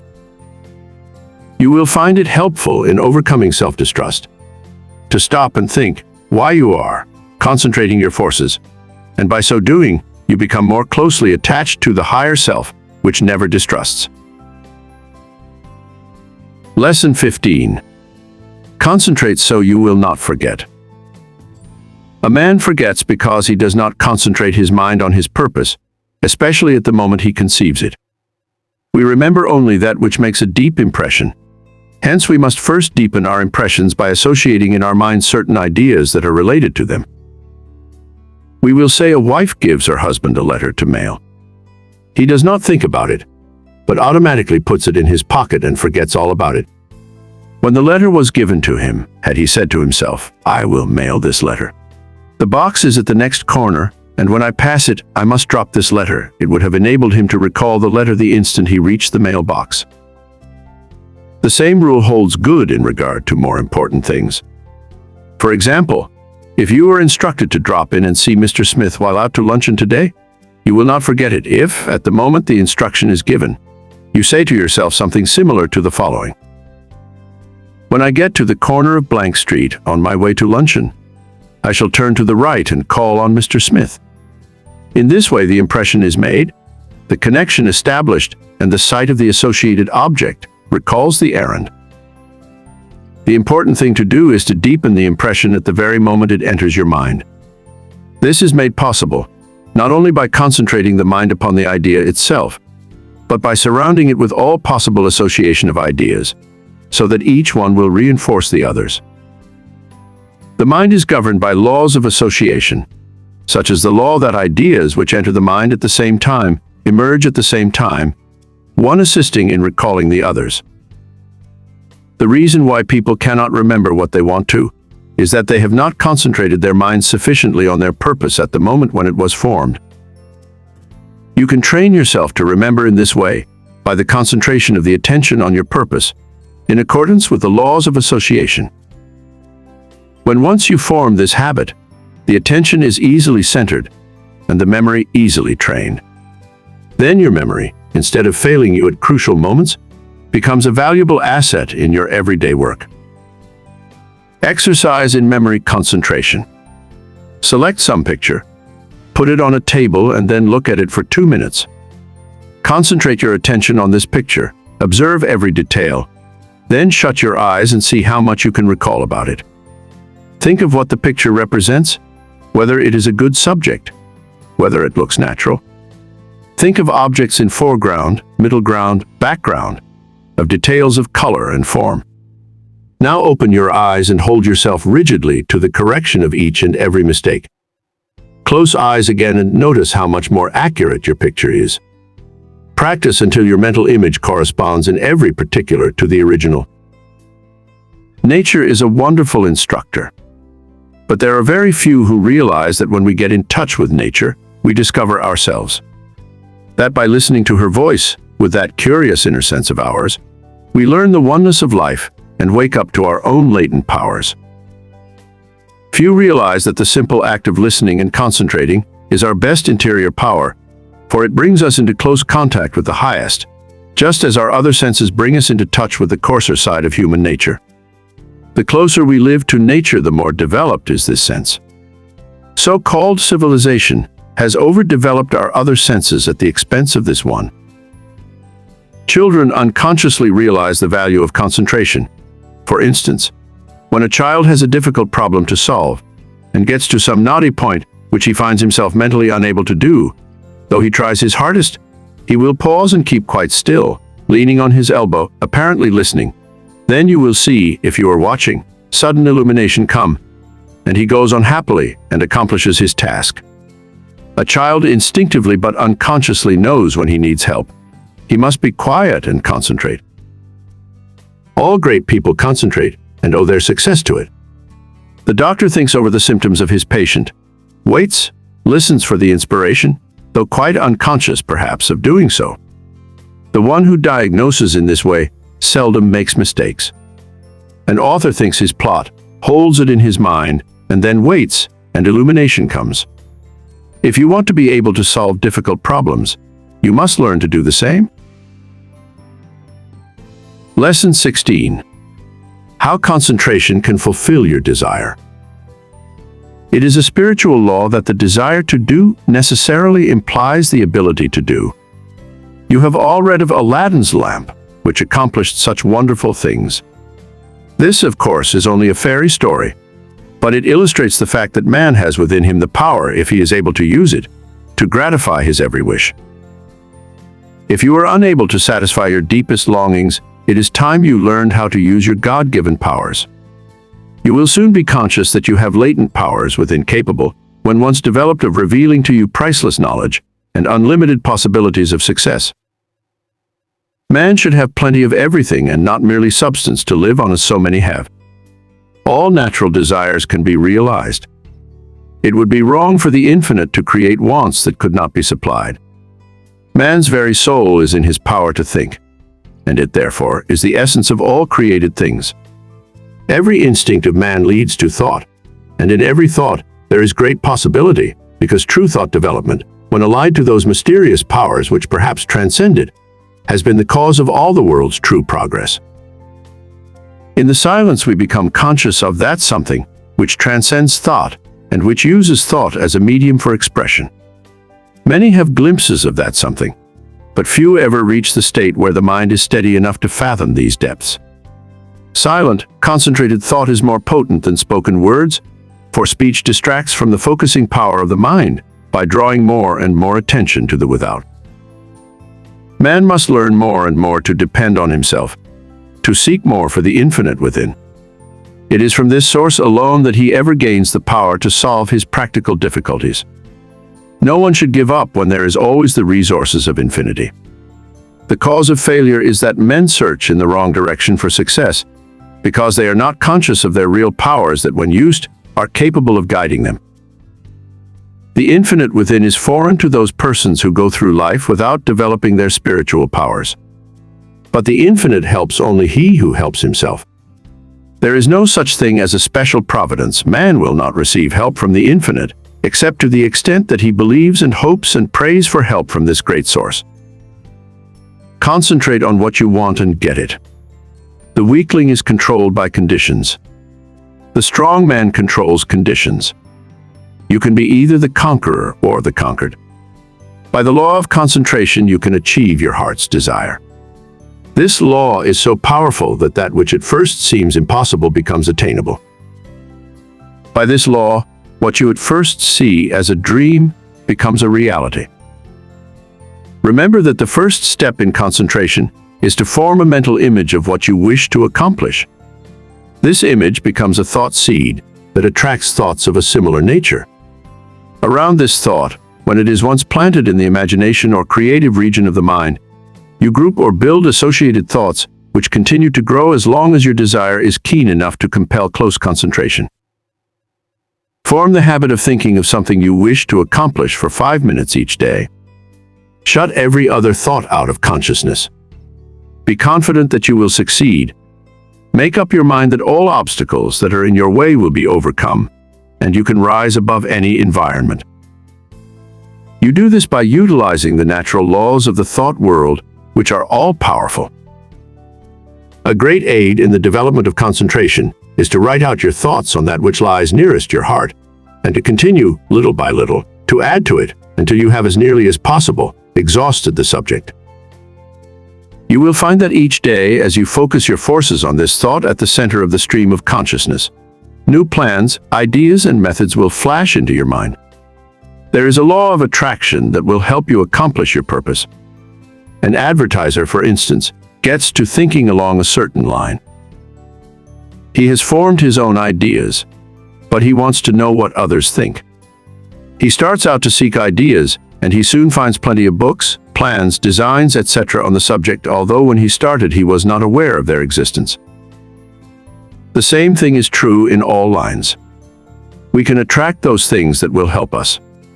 Very often we seem to receive help in a miraculous way.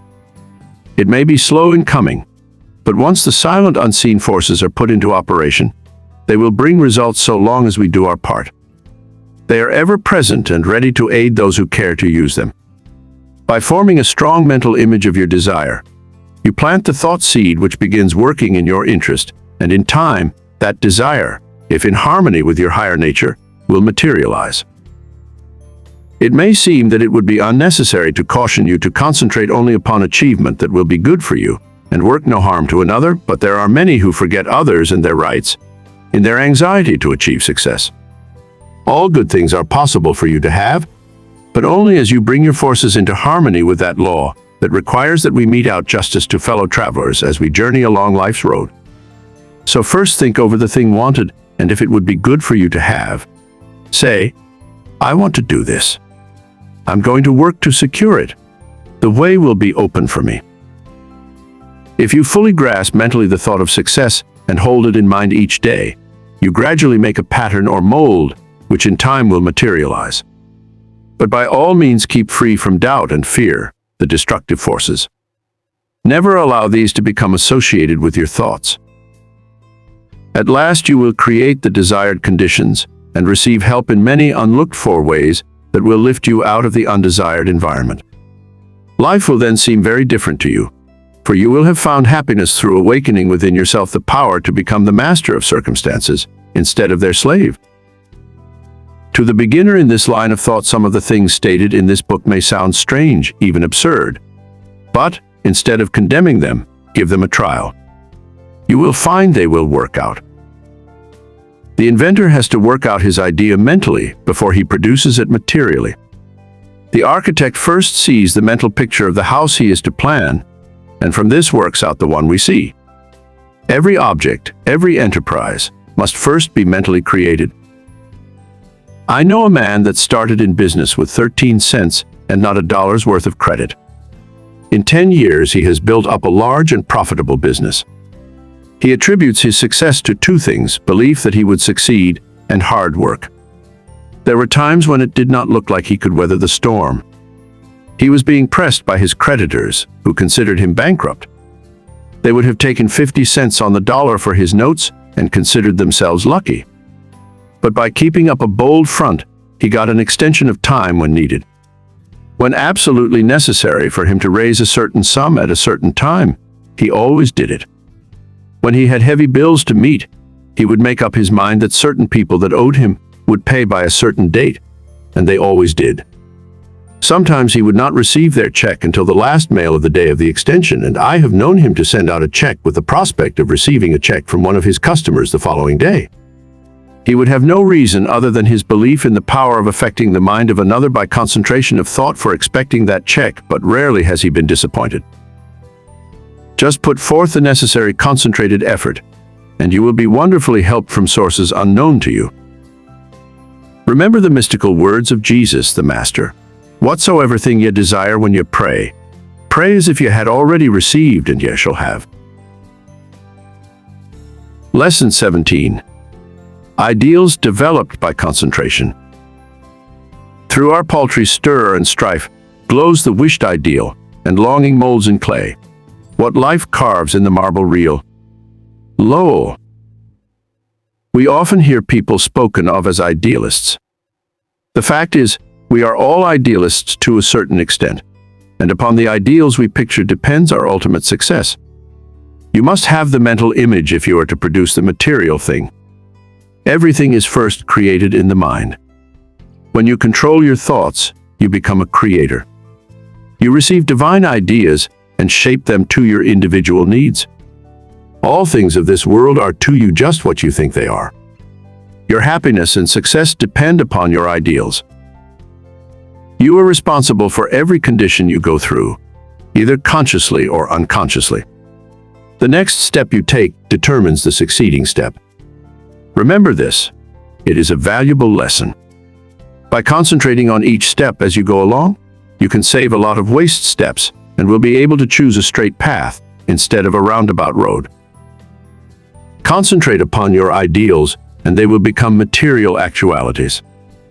Through concentration, we work out our ideals in physical life. Your future depends upon the ideals you are forming now. Your past ideals are determining your present. Therefore, if you want a bright future, you must begin to prepare for it today. If persons could only realize that they can only injure themselves, that when they are apparently injuring others, they are really injuring themselves, what a different world this would be. We say a man is as changeable as the weather. What is meant is his ideals change. Every time you change your ideal, you think differently.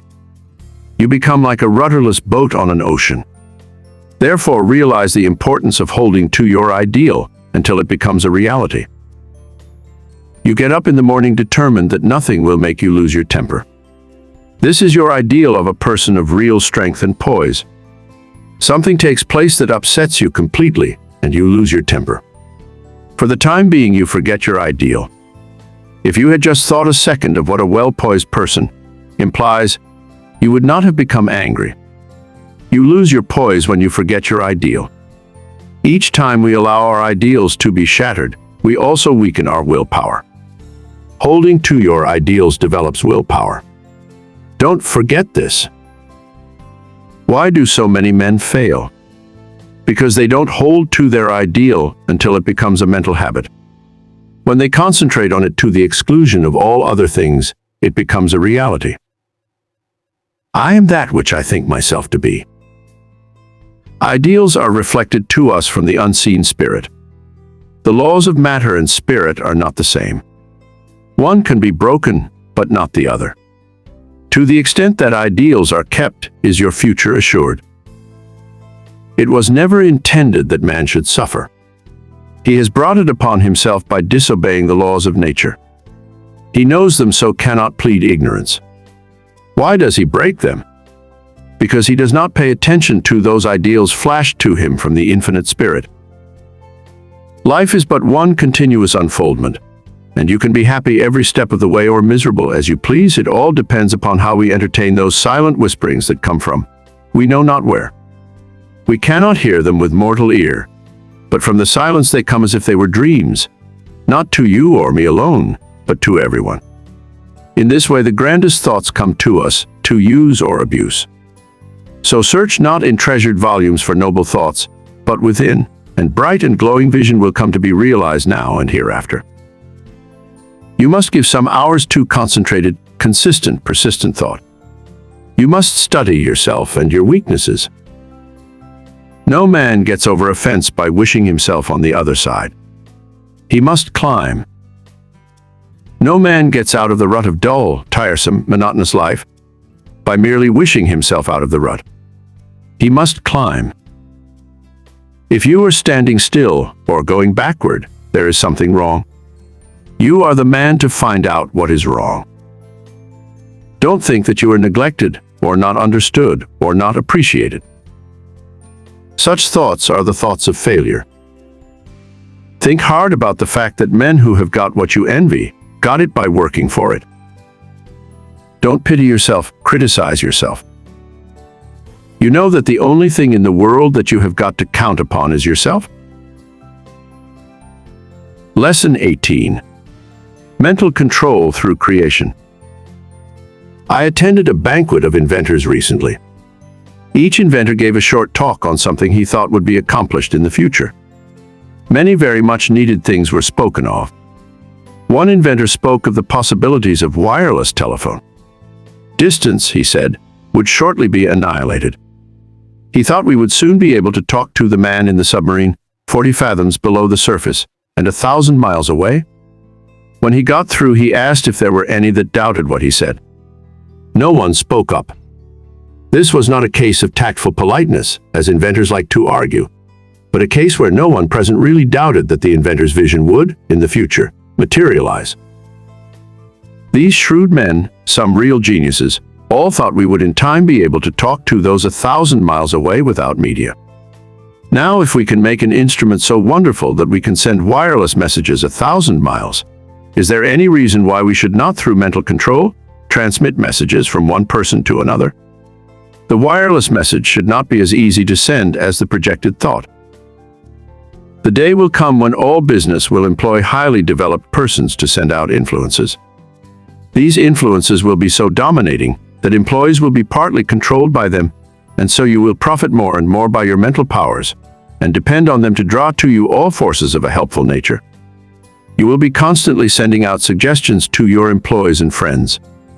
They will receive these unconsciously, but in case yours is the stronger personality, they will carry them out the same as if you had spoken them. This is being done even today. A finely organized company secures the combined effort of all its men.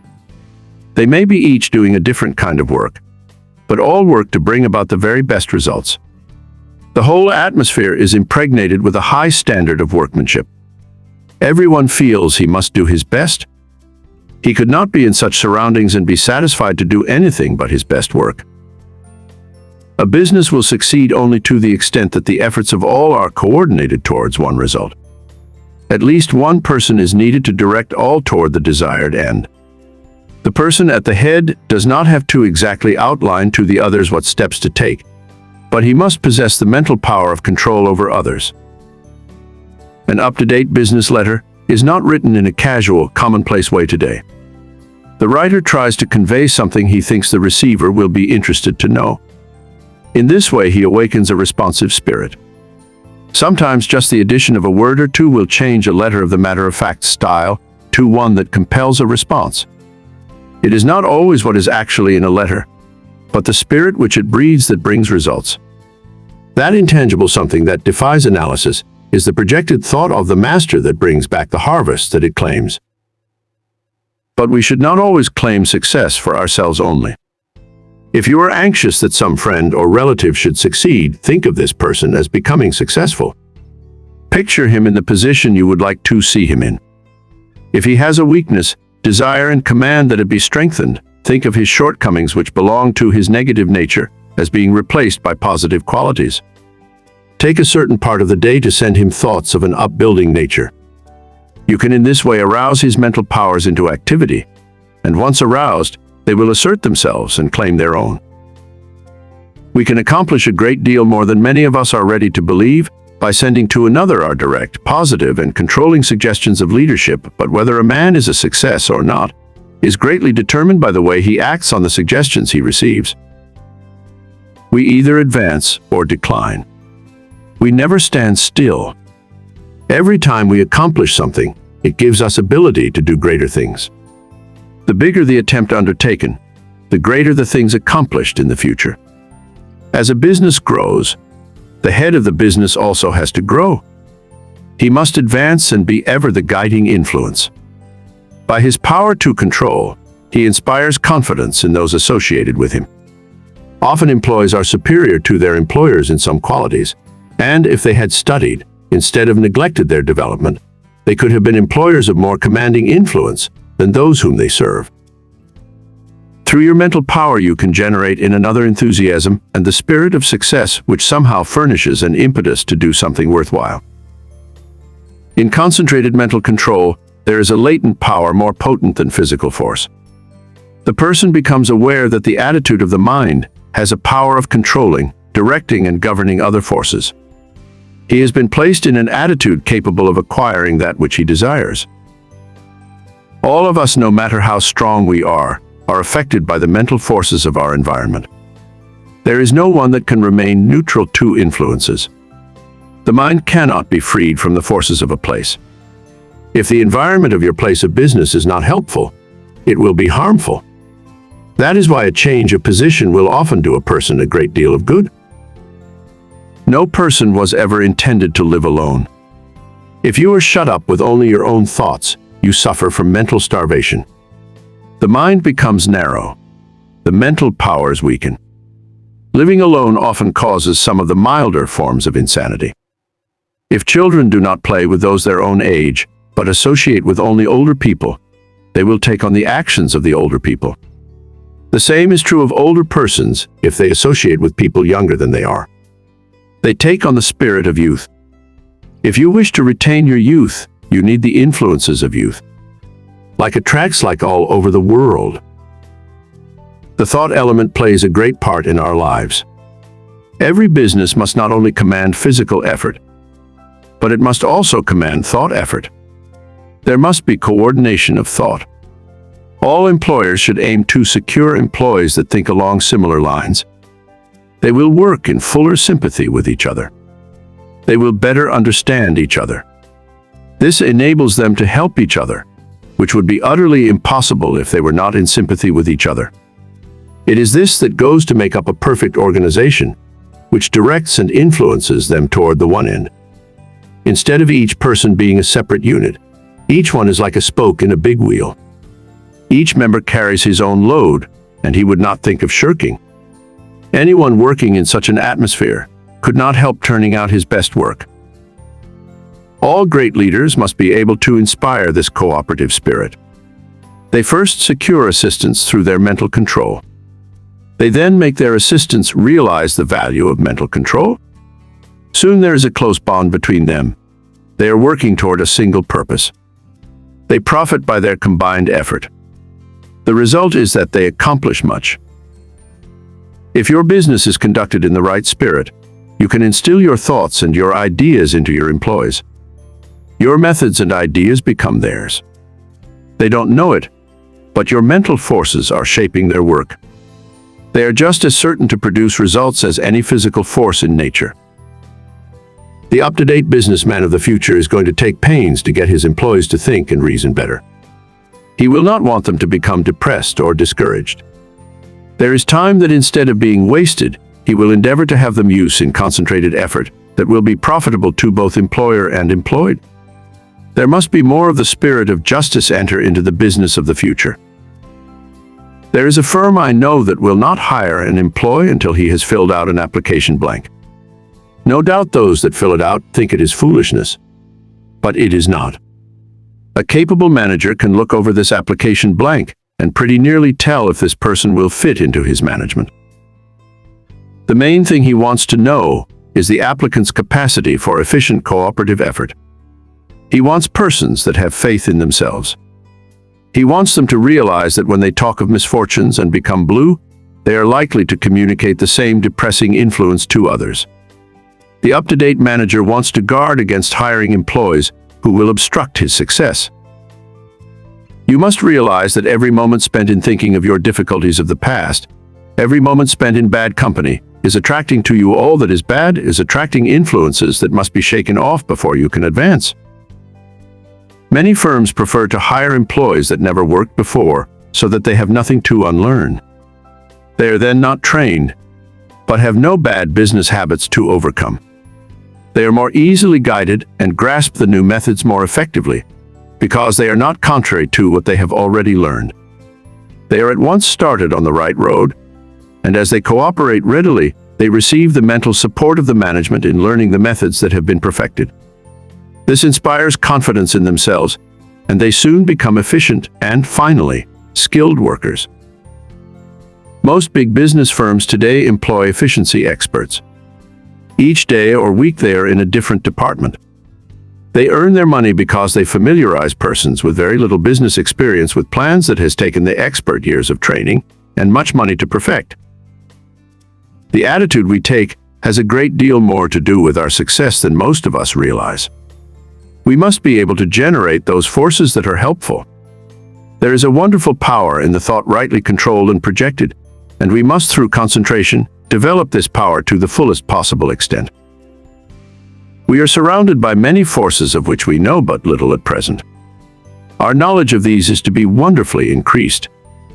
Each year we learn more about these psychic forces, which are full of possibilities of which we are not even dimly conscious. We must believe in mental control, learn more about it, and use it, if we want to command these higher powers and forces, which will unquestionably direct the lives of countless future generations. Lesson 19. A concentrated will development. New method. You will find in this chapter a most effective and most practical method of developing the will. You can develop a strong one if you want to.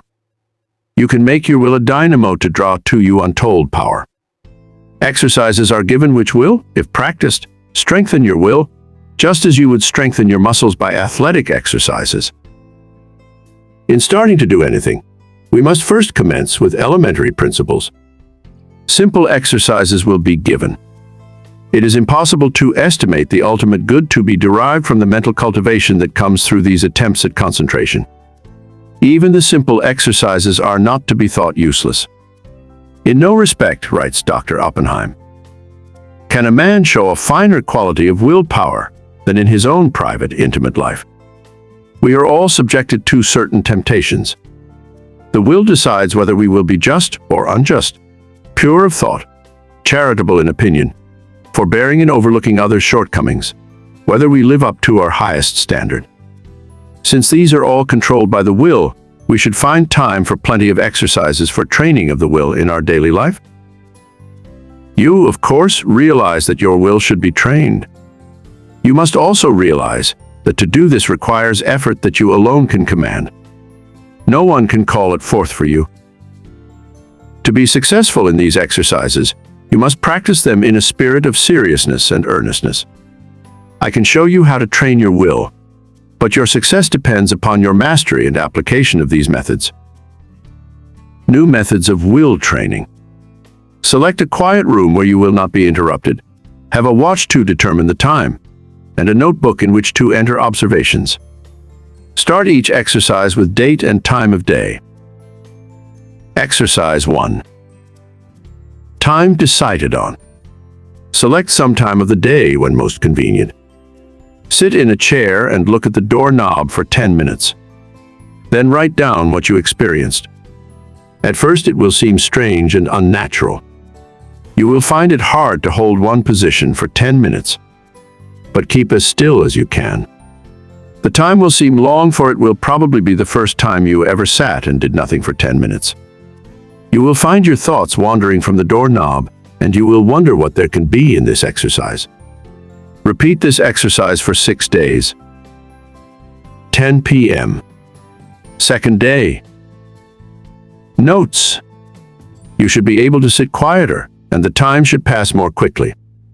You will probably feel a little stronger because of gaining a better control of your will. It will brace you up as you have kept your resolution. 10 p.m. Third day. Notes. It may be a little harder for you to concentrate on the doorknob, as perhaps you had a very busy day, and your mind kept trying to revert to what you had been doing during the day. Keep on trying, and you will finally succeed in banishing all foreign thoughts. Then you should feel a desire to gain still more control. There is a feeling of power that comes over you when you are able to carry out your will. This exercise will make you feel bigger, and it awakens a sense of nobility and manliness. You will say, I find that I can actually do what I want to and can drive foreign thoughts out. The exercise I can now see is valuable. 10 p.m. Fourth day. Notes. I found that I could look at the doorknob and concentrate my attention on it at once. Have overcome the tendency to move my legs. No other thoughts try to enter, as I have established the fact that I can do what I want to do and do not have to be directed. I feel that I am gaining in mental strength. I can now see the wonderful value of being the master of my own will force.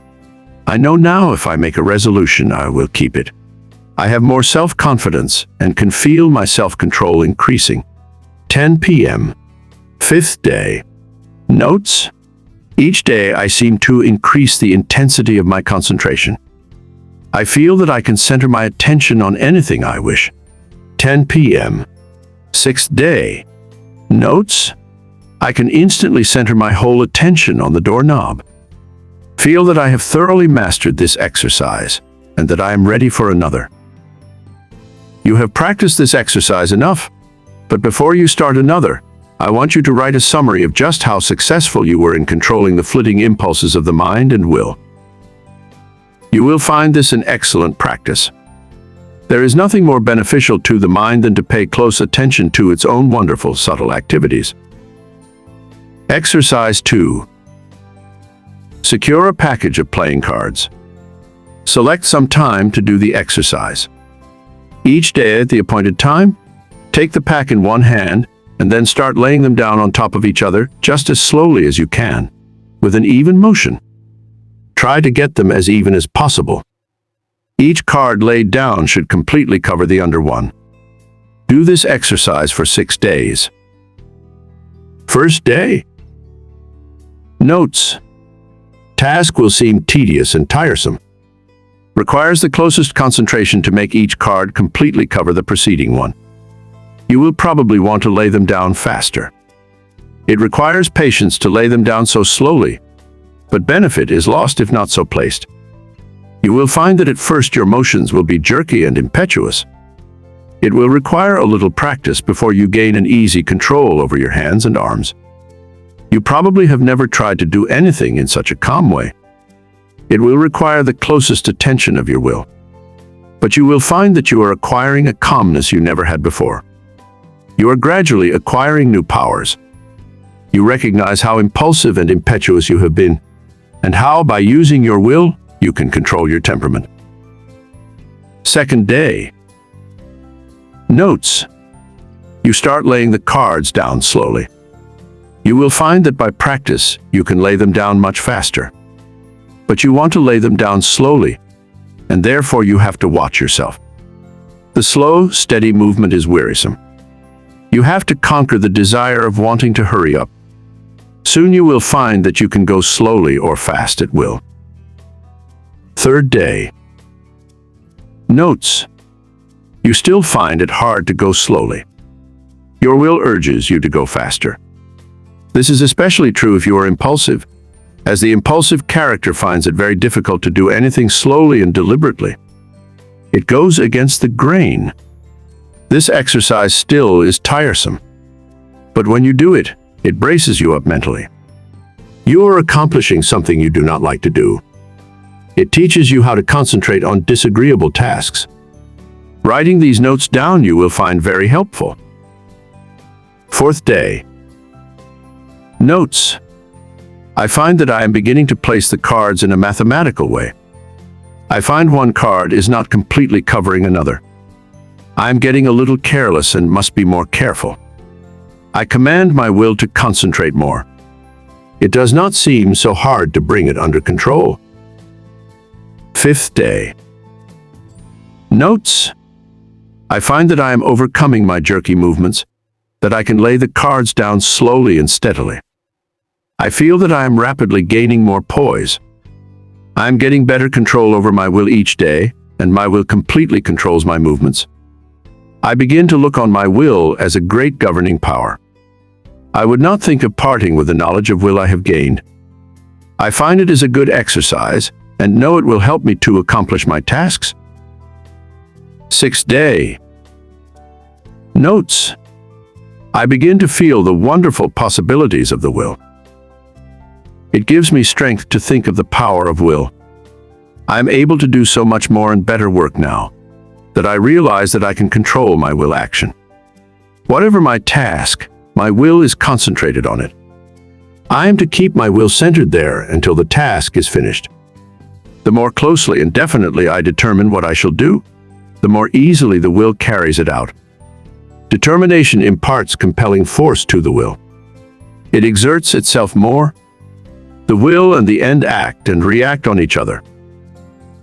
Seventh day. Notes. Now try to do everything you do today faster. Don't hurry or become nervous. Just try to do everything faster, but in a steady manner. You will find that the exercises you have practiced in retardation have steadied your nerves and thereby made it possible to increase your speed. The will is under your command. Make it carry out resolutions rapidly. This is how you build up your self-control and your self-command. It is then that the human machine acts as its author dictates. You certainly should now be able to judge of the great benefit that comes from writing out your introspections each day. Of course, you will not have the exact experiences given in these examples, but some of these will fit your case. Be careful to study your experiences carefully and make as true a report as you can. Describe your feelings just as they seem to you. Allow your fancies to color your report, and it will be worthless. You have pictured conditions as you see them. In a few months, if you again try the same exercises, you will find your report very much better. By these introspections, we learn to know ourselves better, and with this knowledge, can wonderfully increase our efficiency.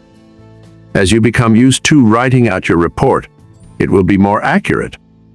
You thus learn how to govern your impulses, activities, and weaknesses. Each person should try to plan exercises that will best fit his needs. If not convenient for you to practice exercises every day, take them 2 or 3 times a week. But carry out any plan you decide to try.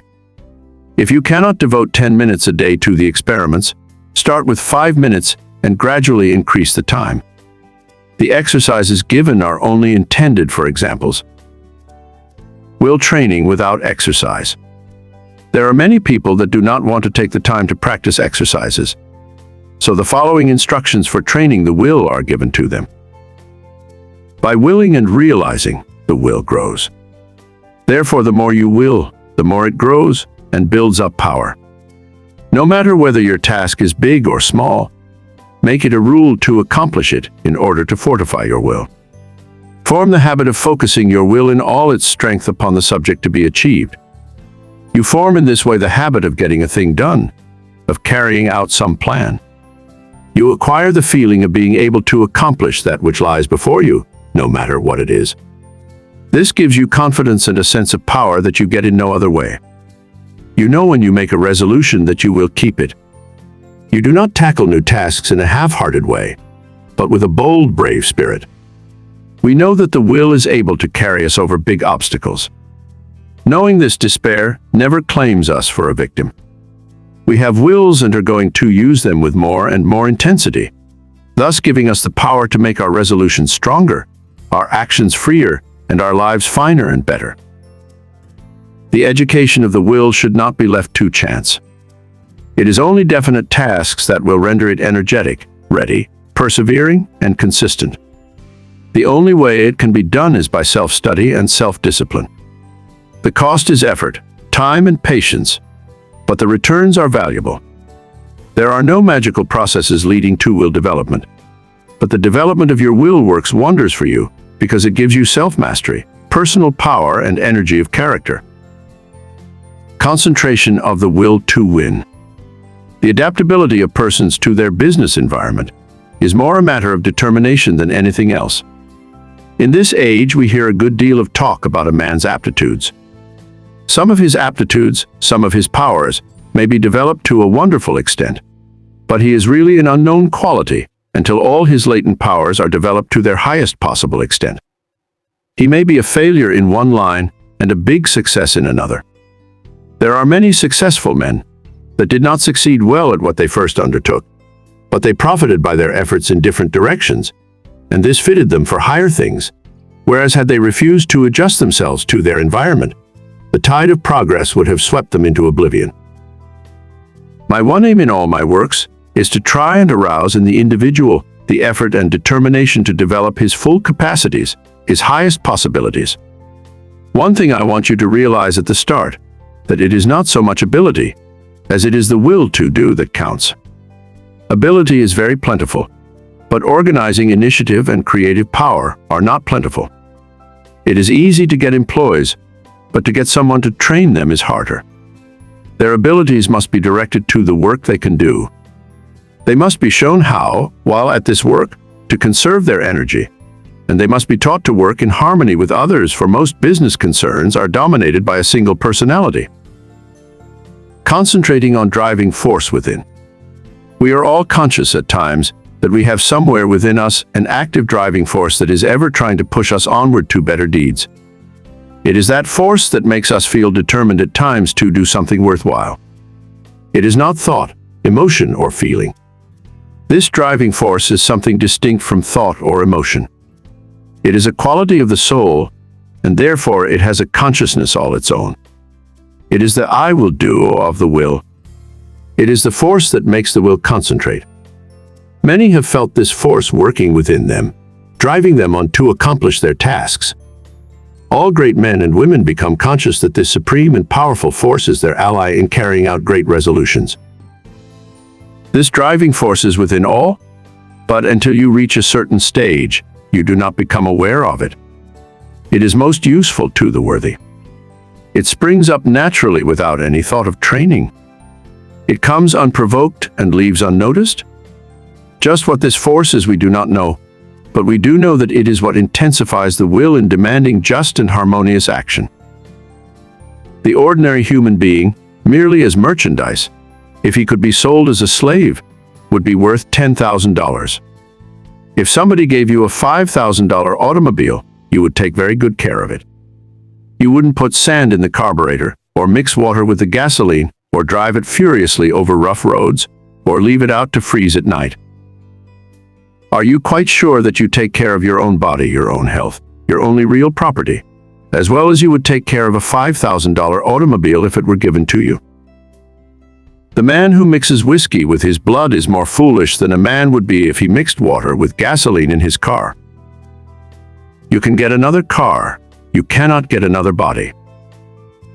The man who misses sleep lives irregularly, bolts his food so that his blood supply is imperfect. That is a foolish man treating himself as he would not treat any other valuable piece of property. Do you try to talk with men and women who know more than you do? And do you listen rather than try to tell them what you know? There are 100,000 men of 50 and men of 60 running along in the old rut, any one of whom could get out of it and be counted among the successful men, if only the spark could be found to explode the energy within them, now going to waste.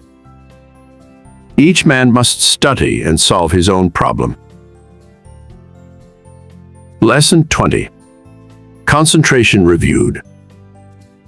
In bringing this book to a close, I again want to impress you with the inestimable value of concentration, because those that lack this great power, or rather that fail to develop it, will generally suffer from poverty and unhappiness, and their life's work will most often be a failure, while those that develop and use it will make the most of life's opportunities. I have tried to make these lessons practical, and I am sure that many will find them so. Of course, the mere reading of them will not do you a great deal of good, but if the exercises are practiced and worked out and applied to your own individual case, you should be able to acquire the habit of concentration in such measure as to greatly improve your work and increase your happiness.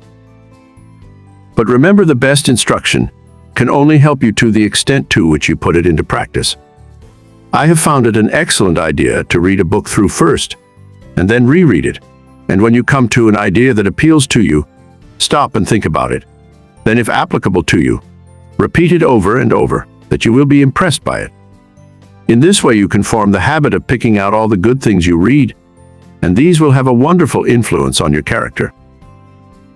In this closing chapter, I want to impress you to concentrate on what you do, instead of performing most of your work unconsciously or automatically until you have formed habits that give you the mastery of your work and your life powers and forces. Very often, the hardest part of work is thinking about it. When you get right into it, it does not seem so disagreeable. This is the experience of many when they first commence to learn how to concentrate. So never think it a difficult task, but undertake it with the I will spirit, and you will find that its acquirement will be as easy as its application will be useful. Read the life of any great man, and you will generally find that the dominant quality that made him successful was the ability to concentrate. Study those that have been failures, and you will often find that lack of concentration was the cause. One thing at a time, and that done will, is a good rule, as I can tell. All men are not born with equal powers, but it is the way they are used that counts. Opportunity knocks at every man's door. Those that are successful hear the knock and grasp the chance. The failures believe that luck and circumstances are against them. They always blame someone else instead of themselves for their lack of success. We get what is coming to us, nothing more or less. Anything within the universe is within your grasp. Just use your latent powers and it is yours.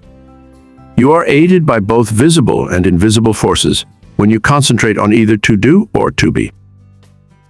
Everyone is capable of some concentration, for without it, you would be unable to say or do anything. People differ in the power to concentrate because some are unable to will to hold the thought in mind for the required time. The amount of determination used determines who has the strongest will.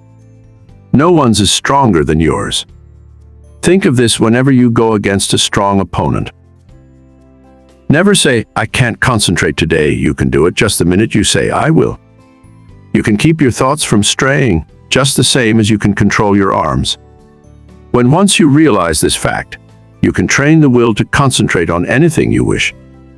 If it wanders, it is your fault. You are not utilizing your will. But don't blame it on your will and say it is weak. The will is just the same, whether you act as if it were weak or as if it were strong. When you act as if your will is strong, you say, "I can." When you act as if it were weak, you say, "I can't." It requires the same amount of effort in each case.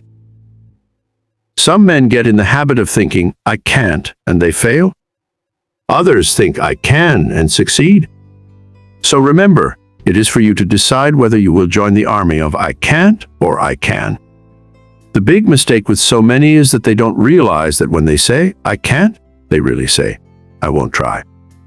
You cannot tell what you can do until you try. Can't means you will not try. Never say you cannot concentrate, for when you do, you are really saying that you refuse to try. Whenever you feel like saying, "I can't," say instead, "I possess all will and I can use as much as I wish."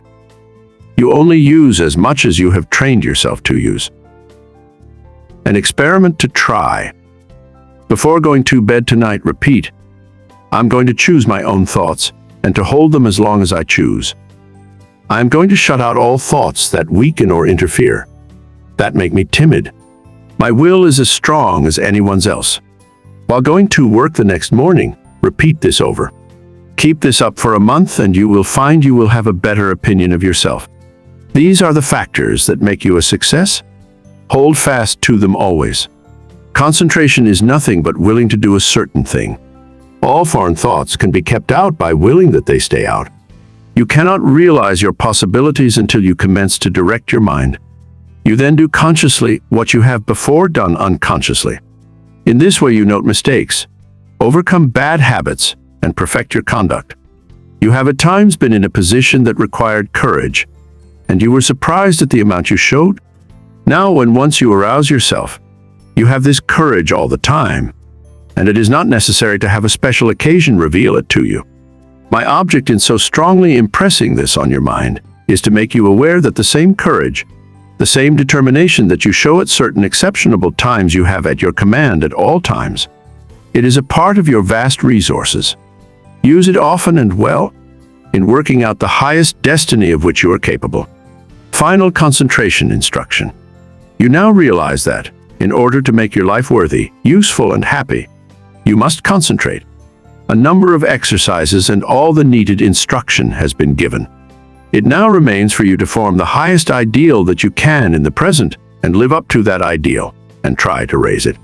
Don't waste your time in foolish reading.